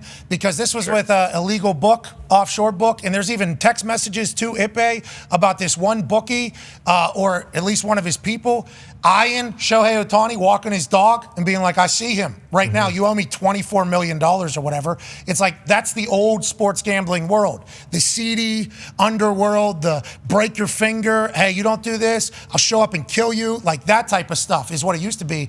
Now with, legalization of sports books, I'm not saying it's the end all be all for these types of addictions and issues. And obviously that's going to continue. And we hope that it stops. And we pray that it stops to all the gods and the lords up there. But it's like regulated so they can save and protect people. Like, hey, you've reached your max limit. You've lost too much money. You were on a losing streak. They will cut you off from your own account. I don't know if you'd be able to lose $16 million in legal sports books. You certainly can with an offshore account being run by an illegal bookie, though. And I hope this all gets settled, but we need to remember that Ippei preyed on Shohei. If this is true, Ippei's a piece of shit. And everybody that's attacking Shohei in this entire thing, it's like, this dude just got robbed by his best friend. Like probably a guy he viewed as his brother at some point. See, here's the thing. I think this is an important point. He's not the first athlete ever to go out and lose a ton of money when somebody close to him took advantage of him, right? This is a story that has existed as long as professional athletes have gotten paid really well. When you're an athlete, so much of your bandwidth, so much of everything that's going on up here is dedicated and devoted to your craft. You need to put 100% of your resources in just to survive in a professional sports league, let alone become one of the best players that we've ever seen, as is the case with Shohei Ohtani. And when you combine that sort of, I'm not even going to call it dedication, but that sort of single-mindedness toward your craft, along with the fact that you make so much money both on and off the field that you are rich beyond compare, it's very easy for something like this to slip by. And that's what, people are asking, how can you lose $16 million? Well, at what point does that number become alarming to say, how can you lose this? Is it 5 million? Is it 10 million? It's all the same when you have that much money and you're not a super materialistic person who's going and looking to spend it. So my family's paycheck to paycheck, obviously, growing up. And the amount of money that I was paid to kick a ball is so stupid. Absolutely. So stupid. Now they're making money off what the team is doing. For sure. And I'm riding the coattails. But like the way somebody who, doesn't have money versus whenever you have, the way you view things a little bit different, It used to be on our intro was like, so I'm supposed to say no to something I could definitely afford that I want. I'm supposed to do that. I had that issue. Then there's other guys that are like, I don't want to see my money. And they view it as like, I'm a professional at this. I'm going to hire a professional at this. They take care of it. I'll meet back at 10 years from now. I'm not using any of my money at all. And it's like, for that person, so there has to be another person involved. Like his financial people have to be involved too, because Ippei would be talking to them, right? Wouldn't that be who Ippei's talking to? Yeah, and that's the big flaw in this situation and where everything fell apart was that there was trust in Ippei Mitsuhara. They trusted him because Shohei essentially said, you need to trust this guy. He is my voice to the world, and so he's going to be my voice to you as well. There was no restrictor plate in place, though. There was no fail-safe if something's wrong with Ippei, which, allegedly there quite clearly was. And, when you have that one person who everything is going through, that's where the problems can start. Yeah, I'd say. There needed to be a backup here. There needed to be someone, whether it's at his agency or otherwise, who was able to double check. Because when you're dealing with sums of 9 figures, and not like low 9 figures either, by the end of his contract, Shohei Ohtani is going to be a billionaire, right? Sheesh. When you're dealing with money of that magnitude, it can't just be a translator who you met over in Japan. Like, there needs to be something there to protect the guy. Didn't he say he went to a school too, and that wasn't true? It's like, Ippei's a hustler, dude. Yeah. Preyed on Shohei, got in so deep that it all blew up in his face. Now, there could be a recovery story. Not a $16 million, obviously, but Ippei, when you pay the piper, which allegedly is definitely going to be taking place, we hope you come back on the other side and tell your story about, gambling addiction, taking advantage of friends, and all that type of stuff. There is good that could potentially come from this, but until we find out anything different, Ippei Mitsuhara is a piece of shit. All right. I'm tired of people talking about Shohei. It's like, I have friends around the NFL that financial people have taken advantage of. They lost like a lot of money. And it's like, think about how they feel. Shohei feels like an idiot. Oh, yeah. You know what I mean? Like Shohei moron. feels like an idiot deep down. How did I let this happen right in front of my eyes? Every question that people are asking about, how do you not notice 16? Shohei's like, how do I not? And now he spoke English a little bit. Especially how private he is, and how private he keeps everything. What everything is happening everywhere. So, Shohei, hey, we're behind you. You can't understand what we're saying, but good luck. New interpreter, He he's telling you. understands. He understands. Well, how, Already? Well, he doesn't understand English that quickly? No, he has understood. Like this whole he's not fluent thing that's been out there. Hold on. He may not be fluent like we are, but So you're he can. 10 million? Wait. I agree. I've had a conversation with him in English before. Did you say 10 million, 16 million? Did you say any of those words? How fluent are we talking? I mean, he's perfectly capable of holding a conversation in English, both according to my experience as well as the teammates who have talked with him. Okay, Jet. Thanks for that information. No, I don't, because now the question is, how do you not hear Ippei was talking to him? No, but here's the thing. On his phone, playing Brick Breaker while they're No, he's watching film. He's watching Well, film. did your teammates that got taken advantage of? No, but They did, but you're right. Good counterpoint. Thank you, Tone. Thank you, Tone. You're 100% right. Go ahead, AJ. Just waiting. Yeah. Well, we figured it out over here, Jay. We don't win awards for journalism. We got to figure it out in real time. Go ahead, AJ. No, let me say this though, because this is from the criminal complaint. There were thousands and thousands of pages of text between Shohei Ohtani and Ippei Mitsuhara, and in them, there was not one mention, either straightforward or using slang, that tied it at all to knowledge of gambling going on. Now, I think it's reasonable to say if you spend as much time around this guy as you do, could he really hide this for as long as he allegedly did? Like, what the question of what Ohtani knew when he knew it is an understandable one, but human beings are really good at hiding things. And I don't think we should look past the ability for people who are in clearly a terrible situation to try and hide it from those about whom they, are supposed to care. Yeah, preying on. Go ahead, AJ.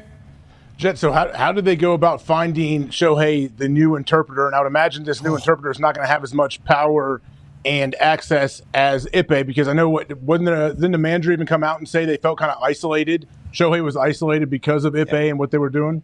The home run ball. Yeah, the new interpreter is named Will Ireton. He's worked for the Dodgers for a while now, and he did some interpreting in the past and then joined the organization in a baseball operations role. And there's a lot of trust right there between the organization and the interpreter, but between the player and the interpreter, that takes time to build. And that's why Ippei Mitsuhara was around, I think, for as long as he was, because he had Shohei Ohtani's implicit trust, like everything. I mean, if you think about it, his life, Ohtani's life, the way that it was presented to the American public was strictly dependent on Ippei Mitsuhara. Oh, so how many wrong things has he said in those post-game interviews? From this, like I don't even want to get into the little things. This guy, there's no soup here tonight, Shohei. There is. How many things did he lie about? This son of a bitch, allegedly. Well, There's also the new story with the interpreter, the new interpreter, about how. Double. It's a double. Get two. Hey!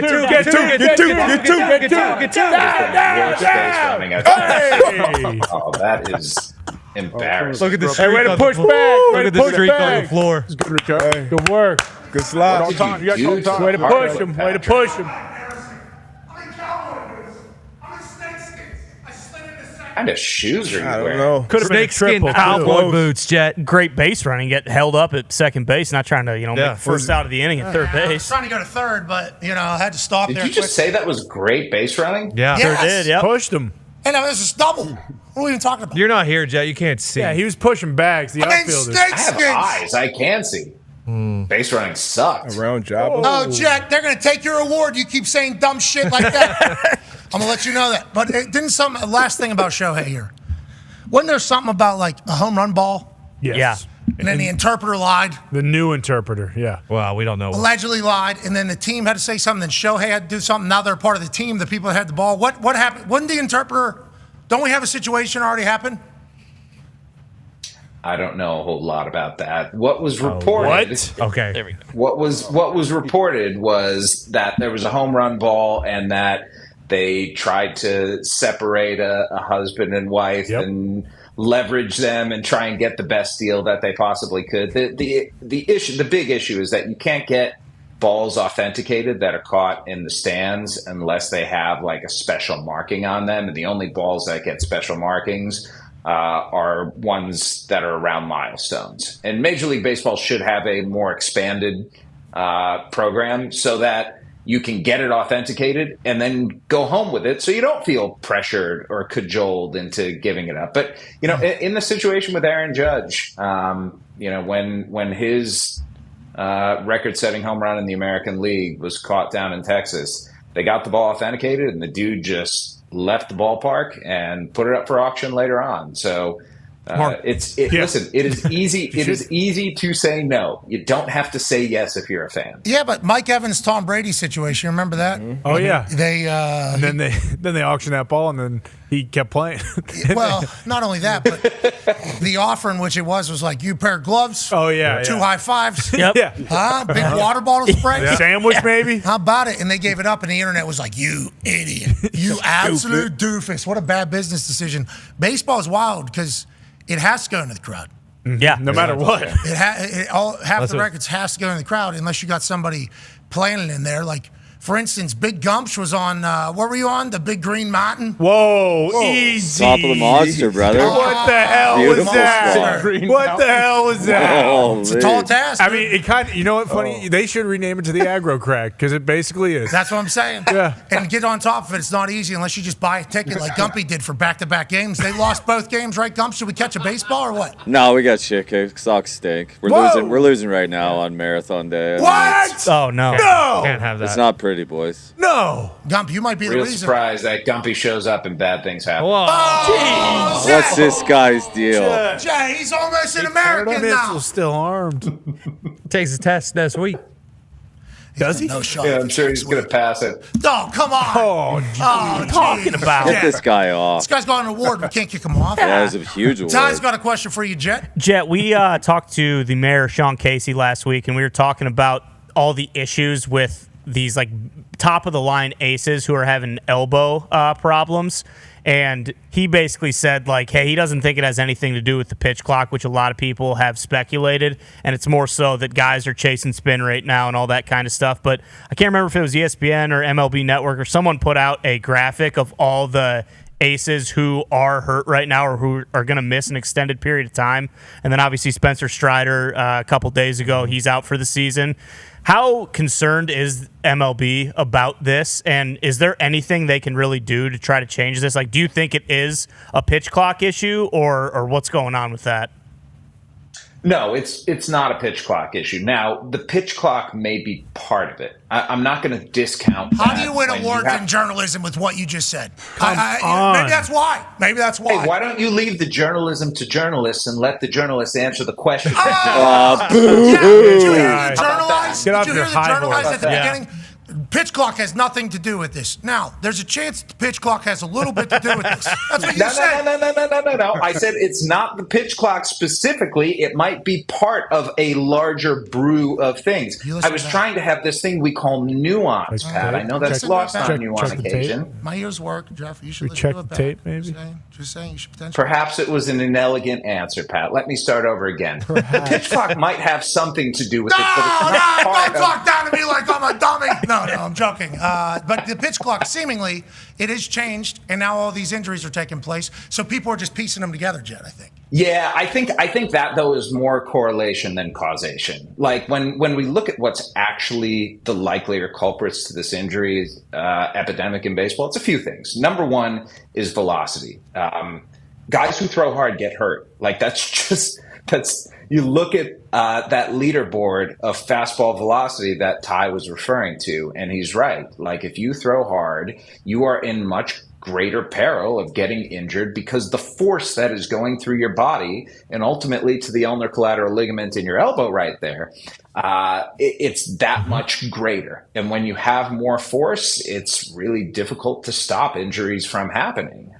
There's also, though, and this is something that is near and dear to me because I watch it and I hate it, the way that youth baseball is played and the way that coaches and parents do not get in the way when kids' arms are being abused, it's embarrassing. It's a real problem for the sport. And it's something that Major League Baseball, there needs to be a top-down effort by MLB and by the pitchers and by the Players Association, by everyone involved, to suggest to youth players that they are modeling the wrong behavior here by chasing velocity all the time. You do not need to throw hard at a young age to be a really good baseball player when you get older. You do not need to go out there in 8U and 9U and 10U tournaments and throw 75, 80, 90 pitches. You don't need to do that. But because at that young age, so many teams are trying to chase wins and trophies that in the grand scheme of things are entirely inconsequential, you have this population of players that's coming into the minor league system and ultimately to the big leagues already broken. And so this isn't something that's just happening, guys, at the big league level. This is something that's starting when they're children. And it's something that's been going on for a couple of decades right now and absolutely needs to change. When did we know that this was taking place? Like a few years ago? Couple years ago? Like when did... I wrote a book on it 8 years ago. I started reporting the book on it 12 years ago.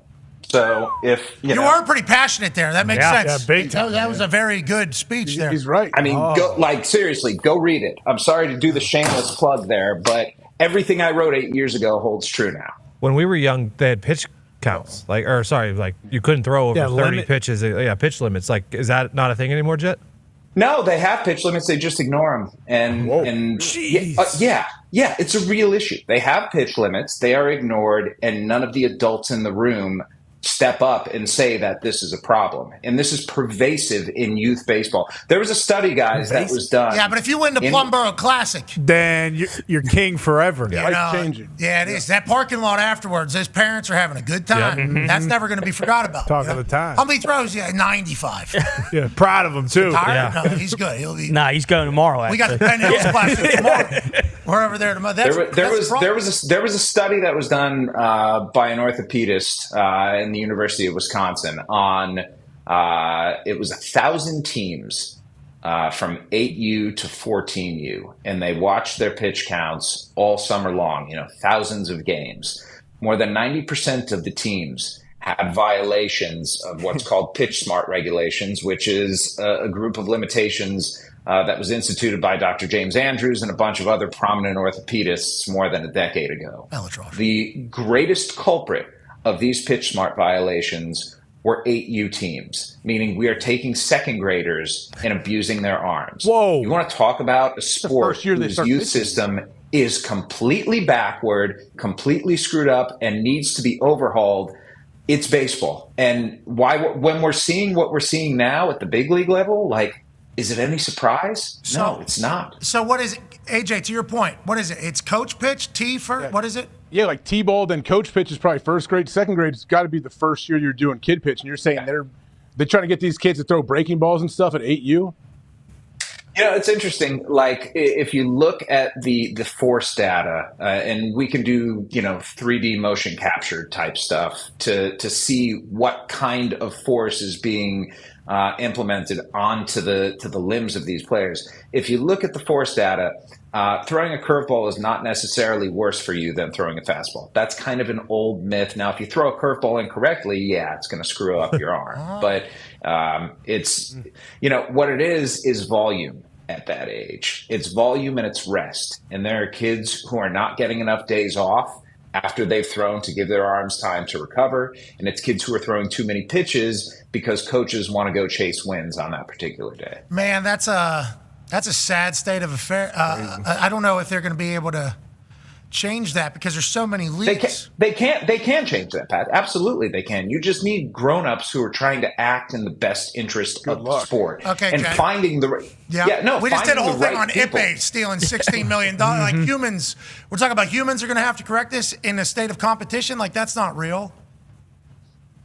I think that if you have the sorts of things in place, for example, there are apps right now that all teams use to track games and to track pitch counts and stuff like that. And if these apps can put something in place that can refer back to previous games and the number of pitches that kids were throwing, if someone tries to come in, all of a sudden the app flashes a red sign that says, no, this kid's not allowed to come in, that's when the parents can step up and do something about it. Absolutely. Thank you, Pat. Appreciate that. That would be awesome. Yes. That would be awesome. It would be incredible. That would be so cool. That's when you just give a kid another jersey and say, oh, it's not him. He has plenty of arm length. Yeah, and people don't flub things ever. Kids will do stats that. of kids.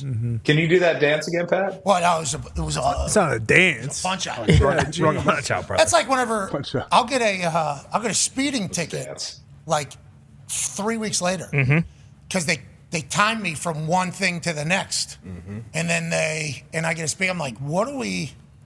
That feels like entrapment. Outside limitations. You didn't beat me. Yeah, that's bullshit. I'm in your state in a rental car. Yeah. None of you caught me. No. But you're okay. Okay, that sounds fake. That sounds wrong. But that would be a good play for these kids. Go back. And then the punishment is potentially there. So it's always looming. Like, hey, we don't want to do this because if we get to where we want to go to, we'll end up losing it because that's the case. I hope it works out. Hey, this guy wrote a book on it. He did. Oh, yeah. This guy wrote a book on it. The arm.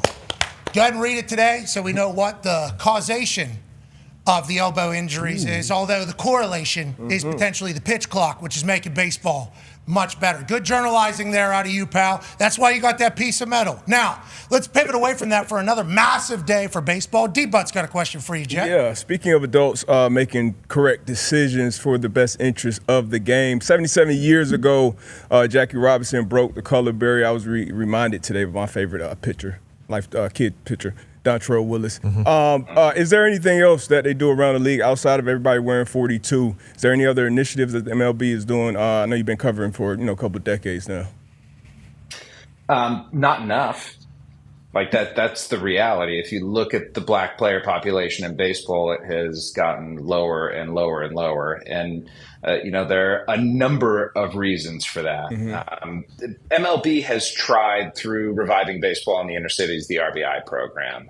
It's built in, I think, a little more than a half dozen cities, urban youth academies that are there to provide fields and equipment for players in cities. But the truth is, Darius, baseball just doesn't sell itself well enough, I think, to black youth. It is not a cool game. And when you have the NFL there, when you have the NBA, and when you have the stars, and when you have the ability to go and play basketball with something as simple as finding a hoop and having a ball and just going out and having a run. When you can grab a football and, you can play 7-on-7, you can play 11-on-11. You don't need helmets. You don't need pads. You can just go play with your friends. With baseball, you need a bat. And bats are pretty expensive. And you need a glove. And gloves are pretty expensive. And you need a field. And baseball fields are not getting maintained the same way that they used to. All of those things, I feel like, have contributed to the situation now. And there are plenty of really good young black baseball players. Don't get me wrong. I think the initiatives have helped a little bit. But baseball is just facing it's facing that situation where I don't think selling the sport has been as effective as it needs to be to bring everyone in and to convince communities that baseball is a game that you want to play. Got it. What is the percentage of the league? Do we know? Like Latin, right? Feels like that's that would be my first guess. Probably the highest. And you talk about like not being able to afford stuff. It's like like baseball is huge in a lot of countries, right? That they got a lot of programs and like academies. Yeah, huge deal, right? And, you know what baseball is in America though? Baseball in America is a country club sport. Yeah. Is that who those are? Bats cost good bats. If you're playing high level baseball, good metal bats cost $500. Good gloves cost $500. Travel ball travel ball, which you're doing in the summer, is thousands of dollars to join a competitive team. Got it. Like it is not insignificant money, and so So in it the ends NFL up being a lot of well-off kids who are the ones playing baseball. So in the NFL, a lot of whites that make it are wealthy whites because they've been around, a long time. You're saying the same thing for baseball? 100%. Yeah, I mean the training that elite baseball players have now, like they're going into these warehouses that have really good coaches and having private lessons, and that that's the sort of thing you need access to gym equipment and to strength training programs. Honestly, there's a lot of that in youth sports period these days. I think like the wealth gap is a real thing, and it's why kids who are growing up economically disadvantaged still making it, like I have the utmost respect for, because they don't have access to the things that so many kids do at the upper levels of income. Shout out to Gridiron Gang, Robert Mathis, Dan Muir here in Indianapolis, giving like pro training for free to people in Indianapolis. Yeah, that's a big deal. Like as I've come through the entire ranks of this whole football thing, it's like learning what people went to in like high school and like the camps and things. I'm like, feels like that would have been nice. Yeah, would have helped. Who taught you? Ray Guy taught me. Oh. That would have been great. That Ray Guy? I didn't even know that. Yeah, it's like, it's a wild thing. Well, let's keep growing the sports. Go ahead, Keep growing the sports. One person who might do it. Tone Diggs has a question for you, Jet. Yeah, Jet, we were talking earlier about velocity, and boy, there's a guy in AAA who's gone 9 innings, has 19 Ks, given up 0 earned runs, and throws over 100 consistently. And the problem is, I said he is in AAA. When is Paul Skeens going to be in the league? When can I watch him with my own eyes on TV? Let's get him up now, okay? I mean, Tone, I hope the answer is soon, because I'd like to see him in the big leagues too. He's clearly ready. Yeah. Like, honestly, he was ready the day he was drafted. Yeah, Like, Toledo Yardbirds, good luck, dude. Yeah. Good luck, Toledo Hens. Good luck. What are they called? Bud hens. There it is. Butt hens? No, mud hens. Is it a contract thing, Jet? Is it that we got to wait till May so we get another year on the contract? What's going on? No, they're already past the day for. I'm waiting. It's not going to happen again. I will not let it happen again. My Balls eyes, are rare. like, you can. What are you talking What about? do you mean, what? I'm doing Paul Skeens right now. Yeah, he's I'm scheming doing it. Paul Skeens. I'm not throwing Guys, it. just I thought you scheming. were throwing a pitch. No, he doesn't have enough room to take a full hack. Look at his, he's in and out. I can only pitch from here, Jet. That I can't hit. Yeah, he's a 3/4 guy, too. It's just BP.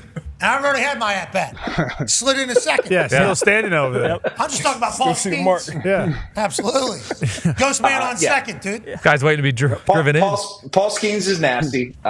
He absolutely should be with the Pirates now, and I think it's probably going to happen sooner than later. The next deadline, Tone, to hold him down would be until like June, if you want to keep him from getting an extra year of arbitration, which is going to bump his salary by, potentially over the course of the 4 arbitration seasons, like $10+ million.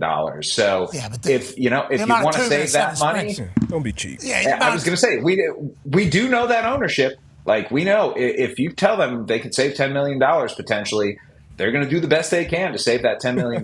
It's a new team. It's a new era. Yeah. We got the Hundo boys. One of them's just waiting in Indianapolis to go blow the roof. Well, they don't have a roof. Metaphorically. Blow Zambelli fireworks out of the river over there in Pittsburgh. Last question here, Jet. We appreciate you from Connor. Yeah, Jack, going to be pretty hard to grow the game if the game is no longer on TV. It seems as though all of the MLB TV rights are being kind of let go and nobody wants to stream it anymore. What's the deal with that? And is there a future on one of these networks that is potentially being worked on that we don't know about?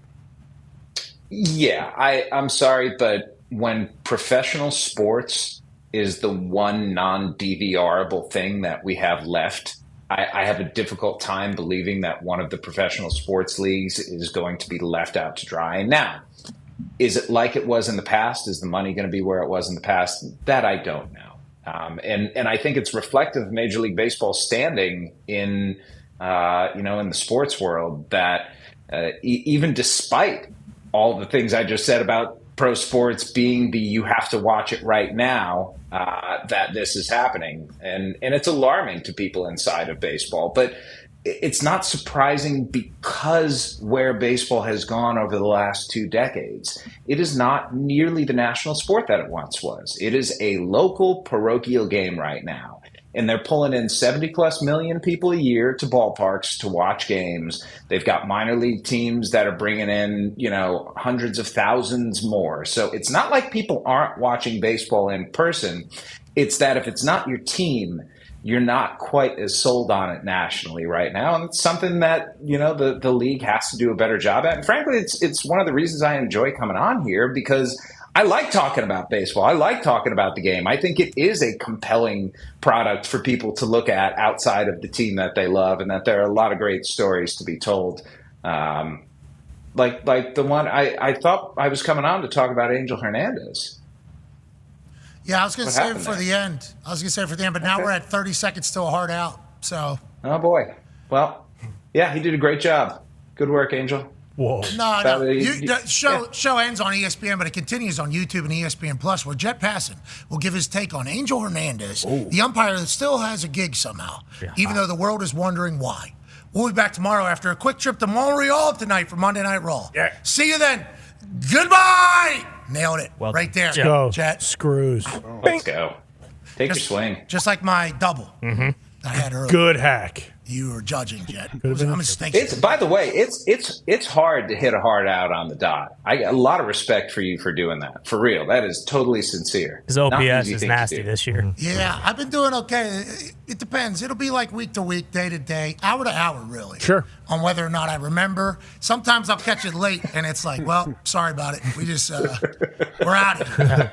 And it doesn't necessarily put us in good graces with a lot of people, but we're just in the middle of conversation. Sorry, we got lost out here. Speaking of getting lost out here, a tweet that was sent this weekend went. I did not expect it. I was just seeing like 4 or 5 clips in a row about this Angel Hernandez guy being the worst umpire of all time. A 1-2-3 strike, all out of the strike zone. And if you listen to the commentators, they go, what are we? Oh, no. This has gotten worse. That's really bad. Yeah, go back to the beginning. Oh, it's good to have you back in the booth. I know you. 2-1. And, oh, my goodness. 2-2. You have got to be kidding me. So, like, it feels like everybody, and then I put that tweet because I saw earlier videos from other games where this guy is just full of shit, has no idea what he's talking about. And we've obviously had an officiating issue in the NFL for a while. We don't have it figured out. Some refs last too long. They were great for maybe 20 years, but then the last 30 years of them serving on the field, they were horrendous. Then they get put in charge somehow of everybody, and it's like, what is the deal here? For this guy, how clearly not good at what he does. Everybody in baseball hates him. Now, nobody's going to love the ref or an umpire. I understand that. But every single fan base ran with this tweet, and they're like, good question. Then everybody said the union? The union's the reason why he's there? Is that real? And what does this mean? How many Angel Hernandezes are in the MLB where he's just absolute crap at calling balls and strikes, which seems to be the most important part of the entire job? The union is a big part of it. Absolutely. The umpire union? Yeah. It's hard to fire an umpire. Very, very, very difficult to get rid of an umpire. I wonder if it's the Irish or the Italian. When did they form a union? Not the Irish. They've had a union for decades now, and the union, like a couple decades ago, they stuck together during a work stoppage, and a bunch of them ended up getting fired. So that was like a cleansing in the past. How many guys are there like Angel Hernandez? He's not the worst actually when it comes to balls and strikes. Yikes! There are some worse ones out there. There were no worse calls. That third cutter from JP France was almost 7 inches off the plate. Pitcher knows that, right? It is. Oh, hell yeah, they know. You saw Dane Dunning in that highlight afterward going and feasting on that outside corner too. Like when he saw that Angel's giving the outside corner right now, he's going to go and take it. That was good highlight clip. Yeah, there you go. See, he's going to the same spot. Like the ones that JP France were throwing there, those were bad, but Dunning was coming right in afterward and knowing that that's what his zone is for the day. Pat, there is a fix to this, like a very easy fix, right? At AAA right now, they are using robot umps. Here we go. And they're taking our job. Here we go. Yeah. Wouldn't you like that job to be taken if those are going to be the calls, though? Right? What do they take next? Nope. What do they take next? How's it work? Are they the pitchers? Our bats too? Are they playing baseball all of a sudden? Connor, how's that going to work? I don't know, but they might. You giving them inch, they take a mile. That's legit. I've seen robot golfers. I've seen robot golf swings. So. I've seen robot kickers. I've seen robot basketball players. Yep. Could easily see robot pitcher to robot hitter. That's right. Yeah. $20 a game, they all get paid. Exactly. I watched that. Send it home to their families. How's that working in AAA though? People hate it or love it? It's awesome. It's fantastic. In fact, if you go look But back what at about Paul's Yeah, There's none of that.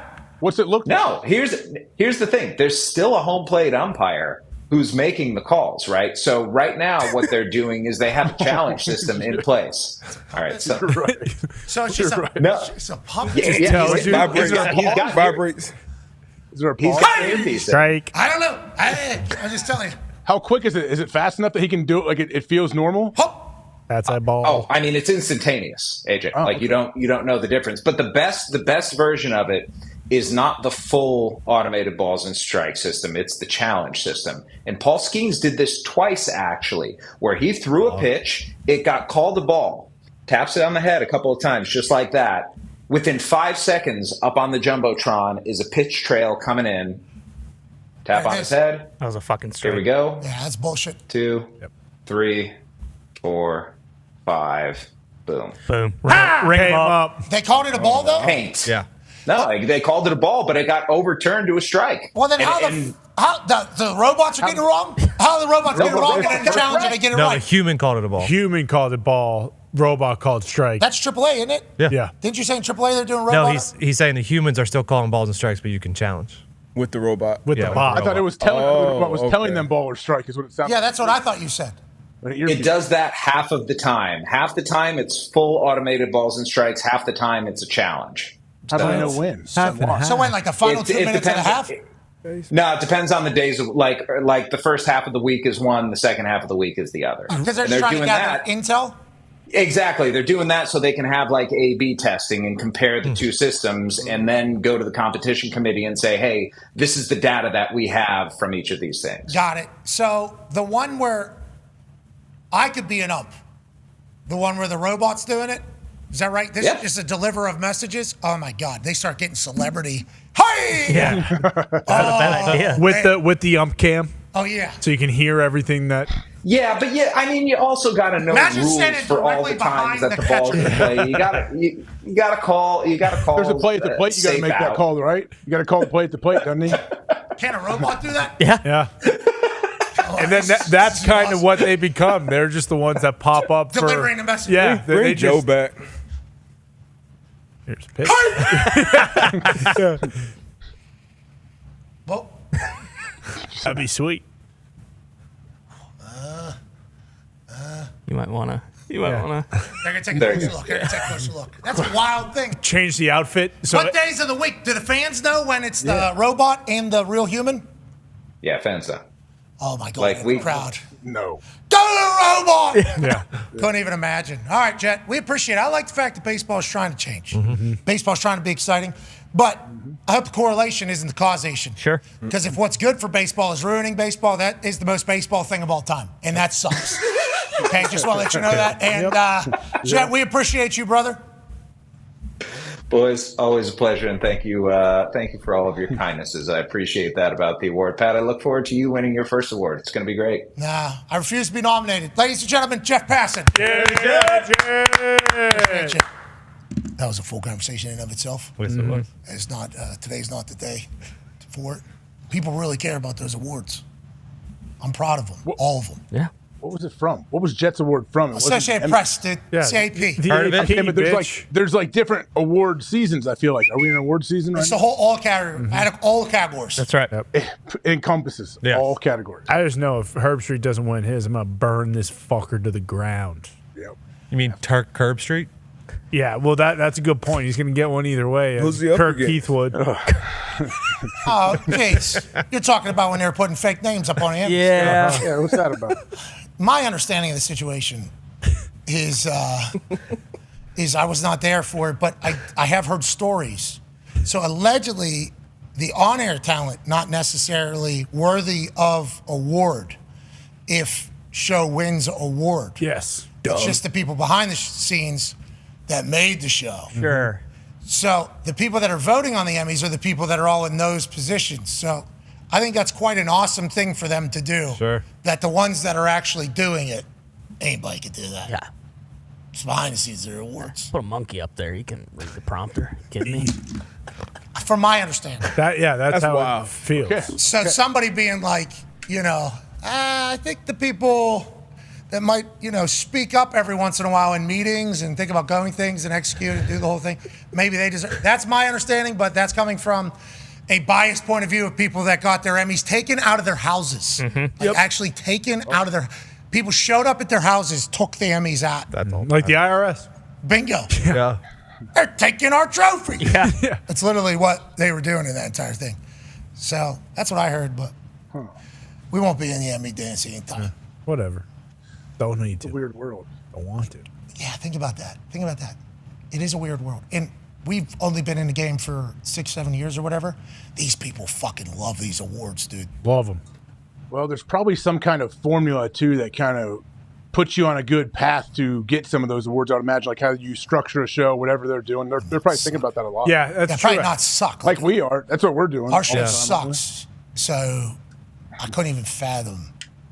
To AJ's point, though, if someone wins an Emmy, it's probably like, okay, here we go. Like, this is the line of the next Mike Greenberg's right here. They're lining up, and one of them is there, and he's holding. Remember Schrags came on after Good Morning Football won? Oh, yeah. It was Super Bowl speech. Oh, yeah. I'm like, holy shit. And then you think about like journalism school and everything. This is their entire lives. Yeah. So congrats to all those that have been on there. I hope you win. Yeah. And Amen. Congratulations. For me, I didn't know they existed. And then we get in the world and everybody's like, you guys gonna nominate yourself? Submit? Yeah. Submit a reel. Send in a sizzle reel. Yeah, there it is. We don't deserve one. Oh, is that what you have to do? You have to submit one. I think everybody does. Network does for you, I guess. How long of a reel usually? 7-8 hours. I'm not sure. I have no idea. But we are pumped for everybody and everybody on there, awesome. Big fans of. Yes. Some people not, but you know everything. Sure. Let's get to a break. Hour 3 will be on the other side. CC Sabathia will be joining us. We got our Emmy in this office. The Thunderdome as a whole? No. You remember Talk's got one. Casey from Lumberland. Oh, my God. Yeah. Yep. Talk's got one. Talk's got an Emmy? Oh, yeah. Yes. Yep. With his name on it for Shoe That Brother. should tell you a lot. Way to Should go, tell you a lot. Talk. Proud of you, man. That's an Emmy Award winner. He is a dog. He's locked in. Yeah. Talk was also with Dumpy at that Red Sox game, both of them in which they lost. You guys might be the reason. Well, Talk's maybe Talk is a massive mush, but I'm not going to take the heat for that one. I mean, Talk just made an absolute mess of my bus, WrestleMania. Yeah, he did. Just What happened? absolute What do you mess. mean? Dropped everything. He just dumped ice all over the place, spilled drinks all over the floor, Brought M&Ms in there, dumped them all over the place. melted on the leather. Yep. I mean, it was like, Talk, great to see you out of the Thunderdome, but also get the fuck out of my bus. Good run. I love you. I got a nap. Sorry about it. I love that dude. Oh, yeah. One of one. One of one. Yeah. There has never For been sure. another. That's why he deserves an Emmy. Bingo. Yes. Yeah. That's the standard. That's why we appreciate it. Speaking of Emmy winners, Charles Barkley will join us tomorrow. What? Brock Purdy will join us tomorrow. What? Neil Shipley will join us tomorrow. Wow. Yeah, guy, good side. Yep. Somebody was trying him. Yeah. Is there a phone ringing? I also heard that. Did anybody else hear it? I heard the vibration sound on the table, yes. No, I heard like, Oh, I heard the bzzz. I might be tripping. No Aya, though. Aaron Rodgers, did you know that was happening? He was going to voluntary camp? No. What do you guys talk about? This guy's full of shit. I don't get it. I know. Like he said, he'd be at a lot of the workouts. I think Okay, like so months you- ago. When I asked okay, him. so you knew. I think he I said, didn't say, okay, you're going to be at all. Stop. I didn't say, oh, you're going to be at every single one of them. You're going to, yeah, I'll be there. Let's get to a break. Hour 3 should be good. CC Sabathia is joining us. Let's go. A lot of baseball. Got to talk about the NBA. Playoff picture has been set. Play-in games, the whole thing. That's where Greeny is making remarks about, trying to win versus maybe trying to lose, get a better seed, and rest your players so are a little bit better off. But it's like, this is the playoffs, Greeny. What are we talking about? Yeah. Everybody's trying to put fucking balls in buckets, dude. Come on, Exactly. That's what we're trying to do. You go on a run right now for the next few months. You remember forever. Heat? Well, the Celtics. I mean, Can they close the door? We'll talk about it on the other side. Be a friend, tell a friend something nice. It might change their life. Take 5.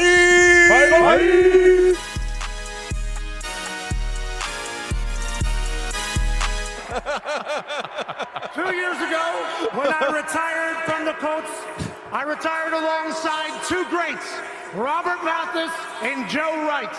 A couple months later, I watched the draft. Robert Mathis announced the pick, Joe Wright announced the pick, and then an orangutan announced the 4th-round draft pick. I was replaced by a zoo animal. I was not upset about it because the orangutan was terrible at his job. With that being said, the Indianapolis Colts are the hottest team, not only in the AFC South, but the entire NFL. A young nucleus surrounding the Stanford nerd, Andrew Luck. 2 All-Pros were drafted last year, 10 this year.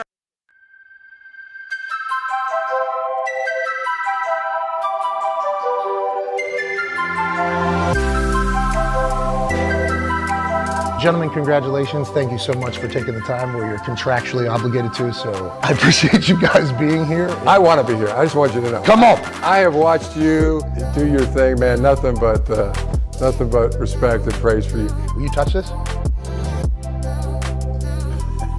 Me too, man. Way to go, son. 2 overall, man.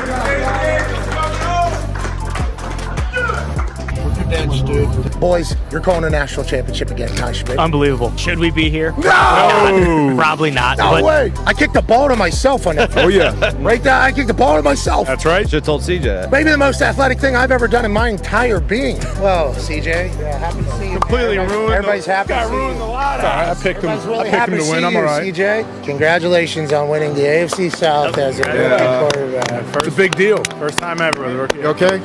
That's a big deal, CJ. Dude, you're absurd, bro. Thank you. For how young you are? Playing in Indianapolis, that was probably the loudest stadium I played in NFL. Wow. That was like a college atmosphere. How about that?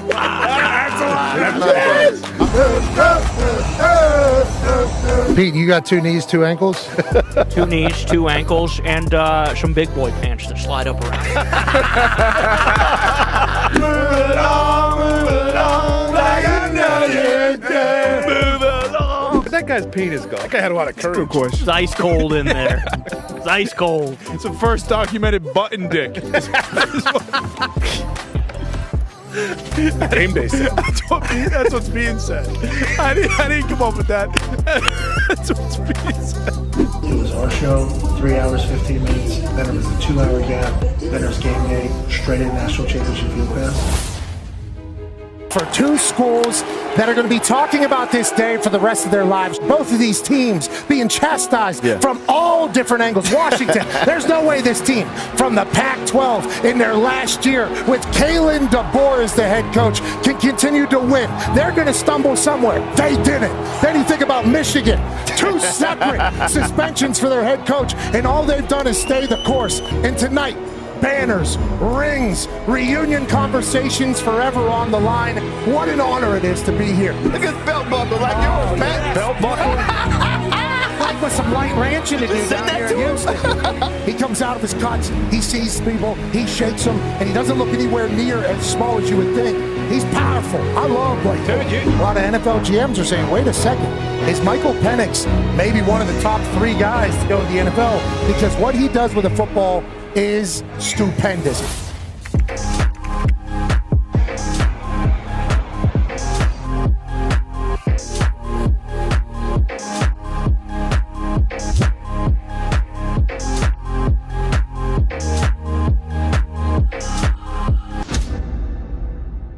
Ladies and gentlemen, welcome to the national championship game for the 2023 college football season. That'll see the Washington Huskies representing the Pac-12 in its final year, taking on that team led by that man, the Michigan Wolverines and Jim Harbaugh. We're bouncing. We are house calling. Donovan Edwards, touchdown in the national championship. Extra point is up and good. D-Butt with the one-hand grab to start the national championship. And maybe D-Butt. Con man. What's the decibels over there? Yeah, Pat, the decibels are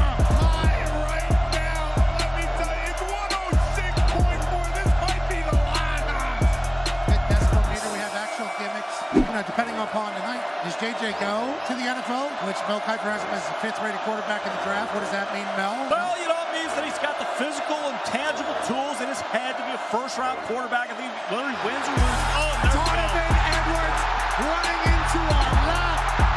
That's 2 for the Michigan Wolverines and 2 for Donovan Edwards. Pete Thamel, how long's that sign blocker been doing it, and how has he gotten to a level where he's the best in the game? He's been a Michigan man for quite some time now. And obviously, he wouldn't have a job if it wasn't for that pesky bastard Connor Stallions. But Coach Harbaugh, he found a place for him in the Michigan family. A beautiful moment between the Harbaugh brothers on the sideline. The one on the right there, number 1 seed in the AFC. The one on the left, up 17-3 in the national championship. Third option, McMillan, touchdown with a flag on Michigan. That'll stand 17-10. That's the way the cookie crumbles. Hey-o! Michigan has the rock. Tony drops his mic. Tony drops his mic. Oh, no. Oh, no need. Welcome back to the national championship where elite athletes perform and Tone Diggs does something to embarrass his entire family. I'm ready if Penix goes down. Sling. Boom! Snap, handoff, play Cora. Has blockers. Breaks a tackle. Touchdown, Michigan. Penix is left. He hasn't looked there yet. And the Michigan Wolverines are going to be national champions for the first time in a long time. Oh, yes, security. We got a streaker. Security spearing a guy's losing his pants. Cops on top of him. Wow. Cross body. Wow. Cop's got his knee on his sternum. Say, listen, Michigan man. Oh. Bag him and tag him, boys. I think Pink Shirt pulled a quad. Pink Shirt is not ready. What a win, dude.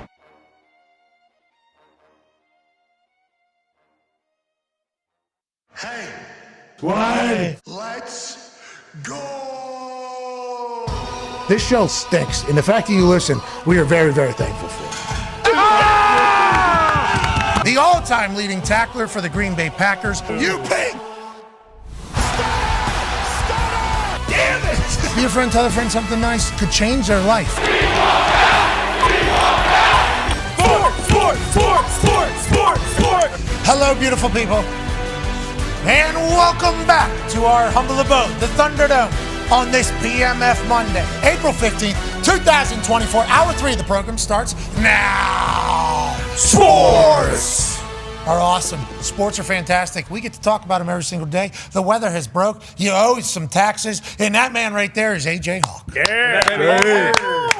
Talks tables here at Boss Connor at Ty Schmidt. Calm man, great shirt. Boston, big day. Heard the Red Sox stink, but that's not what it's all about. It's Marathon Day. You're obviously from the area. Today's a huge day, I assume, in the entire town, especially with what took place a few years back. Yeah, Marathon Monday. At this point now, the bombing was 11 years ago, so a lot of those kids from that generation growing up in that experience, like, for instance, I was in high school, so a lot of my buddies from high school are now running it. I know there's a lot of those stories. 281 people hurt, 3 died. A couple cops died as well after. So it has become just the biggest thing. I mean, people come home for it. You know, most people who grew up in New England obviously know of the marathon. I mean, basically everyone does, but it's become such an event even more so after the fact of the bombing that it has become just a big celebration of the city and how awesome it is. And I think someone finished it today in like 2 hours and 10 minutes or something. Or maybe 2 hours and 4 minutes. 4 minutes, yeah. It's incredible. What is 26.2? 26.2. Sheesh. So far. Long journey. Printing. Yeah, and they start with the socks and everything, so. Old buddy who won, he was on the ground, which I appreciated seeing. Yeah. You know, because I've seen these marathon guys finish and they just jog through and then, or sprint through, and then they grab like a water and they just walk away, and I'm like, what? How's that even happen? This guy on ground. Yeah. Okay, so he sold out. Yeah. Thank you to him, and shout out to Boston bouncing back. What a fucking town. Yeah, that whole situation was crazy. Like the Patriots Day obviously came out that Thursday where they ended up catching Joe Carr. The town that it was in, Watertown, was right next to the town of where my school was. So I actually drove to school that day, get to school. Hey, there's no school today because they had to shut down all the neighboring towns while that situation was going on. In the bottom of a boat that was tarped off. Yeah, people getting pulled out of their houses at 4 a.m. because they're looking for them and everything. That was crazy. That's something that I know everyone from the Boston area always remembers where they were when that went off. And I don't want to give a speech to people, but let's remember, when assholes try to ruin great things for all of us, we can't let them win. Mm-hmm. We cannot let them, and that's I think what Boston showed. Oh yeah, through I think they're that entire thing. And the Red Sox they stink now, but the Red Sox ended up winning the World Series that year. David Ortiz brought the trophy to the. And what did Poppy line. say? Didn't he give a speech? Yeah, it's our fucking city. Ain't nobody gonna fucking dictate how we live or what we do. It was awesome. Hey, that is fucking. Yeah. Come on, truly. Come on. One half of the hammer. Dahn. Cowboys 10. Diggs here 10. You look great. Thank you. And I'm not down $40 million, so that's pretty good. Speaking of you are a gambler. Yeah, Ipe Mitsuhara allegedly down $40 million. Had paid off $16 million of the $40 million owed. Mm-hmm. So there was another $24 million that was owed. And allegedly the bookie, either himself or his cleanup guy, which we assume all illegal bookies who are still existing in 2024 still have like they did back in the day, was eyeballing Shohei ready to take him out. Yep. We don't like that at all. No. Guy texted him or whatever and said, hey, I'm outside and it's Friday. You still haven't paid. Looking at so-and-so right now because they, Victim A right now. Maybe I should just go up and talk to him. Oh, he likes baseball, huh? How about a bat across the shins? Unless you give me $24 million. And he said, hey, I'm just a bad gambler, I guess. Yeah, Merry sorry. Christmas. All right, man. LOL. Don't worry. That's like, it's a never-ending fun. We can't go in right now, obviously. He's starting to catch on a little bit. He was wondering why his one particular account was drained, but I told him we bought houses. He hit 2 home runs today. $700 million's coming. Don't worry about it, Paul. I had a baby. Hey, Shohei, we're on your side in this. I saw people, after me calling Ipe Mitsuhara a piece of shit on the internet, saying, seems like the media's come out a little bit too strong behind Shohei. Of course. Really? It's like, I'm an ex-player in this particular standpoint who's going to bat for a professional athlete that was preyed upon by somebody that he trusted, which has happened a lot in professional sports. In the NFL, it has happened a lot. People I know, it has happened to. So, I'm going to come out on Shohei's side because I don't like people calling him people are calling him the problem in this entire thing. And maybe he should have been a little bit more careful about his money, but he trusted people to take care of things. And I assume he assumes that the people he hired are just as good at their jobs as he is at his job.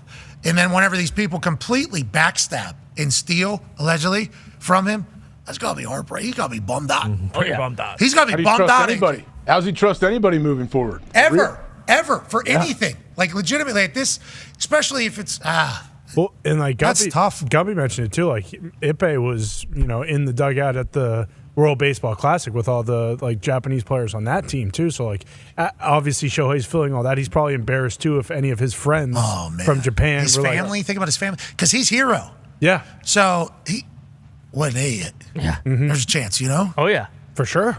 We're on your side, Shohei. Not just media. I'm doing that because it feels like you got a hustler preyed on you and won. Yeah. Also been pro player until he lost. Yeah. 9-year NFL vet, a man who looks very cool today. Darius J. Butler. Great fit. D-Butch, you watched live golfers lose this weekend as the PGA Tour reigned supreme and Scottie Scheffler remained the greatest golfer on earth that we'd ever seen. How was the weekend? How's the golf game, pal? Weekend was great. The Masters was great once again. The golf weekend was great for me as well. My brother went 2-0 on the weekend against Low Bro, so that's always good. Well, at Butler Birdies? Butler Birdie hierarchy, I'm still at the top. So, hey, congratulations. Feels good. Feels good to be a winner. How is the game? Pretty good. It's coming along. Yeah, I'm consistently breaking 95. So that's consistently break 105, 100. So now I'm at that 90, 90. Yeah, but I remember when you were offended when people were giving you 3-inch gimmies. Oh, I still don't take gimmies. Respect. I still don't take. I don't need shit from you. You should. That 95 might go down to 85 if you start doing that. No, I don't know, but it's not real. I can't sleep. It's real. Unless you're on the live or PGA, it's real. It's not real. On live, it might be too. We don't know. Yeah. Especially who knows? a birdie or par, maybe double bogey. All right, put me out of my misery. But no, I'm not taking. Yeah, par. Somebody gets to you, pick that thing right up and you walk off that green. AJ doesn't need it because this is the greatest golfer I've ever seen. Bullshit. Okay. The golf gods bless you. You know that one on 9 where Scottie hits it from 89 yards out and that thing backspins and it's rolling towards the hole and then all of a sudden it goes the different direction? Yours would be on the side of the green, backspin, and go track to the hole. Yep. That is how golf gods bless A.J. Hawk. The golf gods should have blessed Scottie Scheffler for this one. Instead, at the very end, oh my God, we got one. Come on. Unbelievable. That's the only thing that didn't go his way all weekend. Yeah. You know, he had a bogey, I believe, which was a big deal. Yeah. Holy hell, this guy. He hasn't shot over par this year. Not one round. Not one oopsie daisy round. Guy's the best, AJ. That could be you, though, I think, if you were to focus on golf full time, AJ, legitimately. That's your Not handicap. Scottie. Not Scottie, Yeah, but you get it. Could not with me. But yeah, with Scottie, what I love about Scottie, he feels like he's one of these guys that doesn't overcomplicate it. And we know professional golfers are known to overcomplicate things and think about every single tiny little detail. Scottie feels like he is swinging, trying to be athletic. You, just like Scottie, you fall out of your shoes. Oh, yeah. I've been slipping forever. People are like, oh, you really need some new golf shoes. I'm like, that's just how I swing, bud. Sorry. Longest drive on like 4 different holes in American Century Championship history or something like that. What? Yes, legit. This fucker is driving the thing to the green on like 450-yard par 4s, cutting corners because he hits the ball so high. It's a dong show. It is. What you got, AJ? Big draw? No, straight as fuck. Dead straight. I used to hit, no joke, I used to just hit big slices into the woods. And now if I do, it goes a big draw into the woods because if I fall forward, that's the only way I hit the ball straight. So like I have to actively try to fall forward. He hits that thing like this. It's literally like, and then it just floats. And then sometimes, though, you can top it 9 feet off the tee. I've never seen it. I've actually never seen it. 2 years, 8 rounds together, miserable rounds. Tired, exhausted. The way his knees are, he can barely walk in these fucking courses too. Never told me about it. Mentally tough. Yeah, of course you're gonna be sore. You're walking 8 miles. Of course, never topped one ever. Only hit bombs. Let's pivot away from golf. Thank you to golf for this weekend. Thank you, golf. And shout out to the NBA, which has their playoff picture in place. Joining us now from The Athletic and FanDuel TV, the ever handsome and smart, ladies and gentlemen, Sham Charania. Pat, what a time. You got NBA playoffs. Caitlin Clark about to be drafted very, very soon. How's Indy feeling right? Indy gets Milwaukee in the first round. How do you guys feel about that? Okay, so let's just dive right into it. Excited Caitlin Clark's here. We already have season tickets. We are supporters. Hell yeah. We are in there. I don't know what they're going to do with her salary because I heard it's a $78,000 rookie contract. She's going to be selling suites and arenas all around the WNBA worth that amount on one particular night, let alone the other 40 games. Yep. Anyways, we appreciate the fact that Caitlin Clark has done what she has done in the manner in which she has done them. And when she gets to Indiana, it is going to be electrifying. She'll be on the show, actually, if she gets drafted by the Fever. We are told, we have to say. If she gets drafted by the Fever, she'll be on the show Wednesday. Okay. Awesome. In the Thunderdome. Let's hope. If she gets drafted by the Fever, who knows? There might be a little shake-up at the top. We're hoping. Fingers crossed. We're hoping. A lot gets made about the WNBA salary, but listen, Caitlin Clark is not going to have problems making money off the court. I think when you think about shoe deal, when you think about endorsement deals, there's going to be a lot for Caitlin Clark in her future. I do know that for a fact. There's also going to be a lot for the owners of the WNBA because somebody's going to come in and sell out every single one, So as we're pocket watching, let's remember who's profiting off of who. But yes, I completely agree. For the good of the WNBA. The good of the WNBA, which Caitlin Clark and that entire, they got some players over there right Yes, now. they do. And they're all talking shit kind of towards Caitlin, Not all of them, but seemingly a Feels little. that way. Welcome to the Women's League. Okay, welcome to W. College. Can't wait for the W to take off. And congrats to everybody that gets drafted tonight and has their dreams come true. Let's talk about the playoffs because the boys are going to have questions about the play-in and a lot of stuff like that. The Pacers do have Giannis and boys. I have heard Giannis isn't playing. Ooh. Are the Pacers about to go on a run right now, Shams? Is that what's taking place? Tyrese Halliburton, Miles Turner, and the boys who they can fill it up. They can score. Yeah. They are electrifying. They're fun to watch. They can go on a run right now, or what are we thinking here with Giannis? Pat, I think you went to a game and I think you posted with TJ McConnell and Tyrese Halliburton and you said they're dogs. So I think you might have been way ahead of it before anyone. But yes, they get the 6th seed, they get Milwaukee, and they've had kind of Milwaukee's number to an extent this season in the in-season tournament. Afterward, we know there also was that incident where there was the ball confusion. Giannis obviously was upset. He didn't get the game ball after one of the games. So this is a rivalry game to an extent, given the season, given everything that's happened.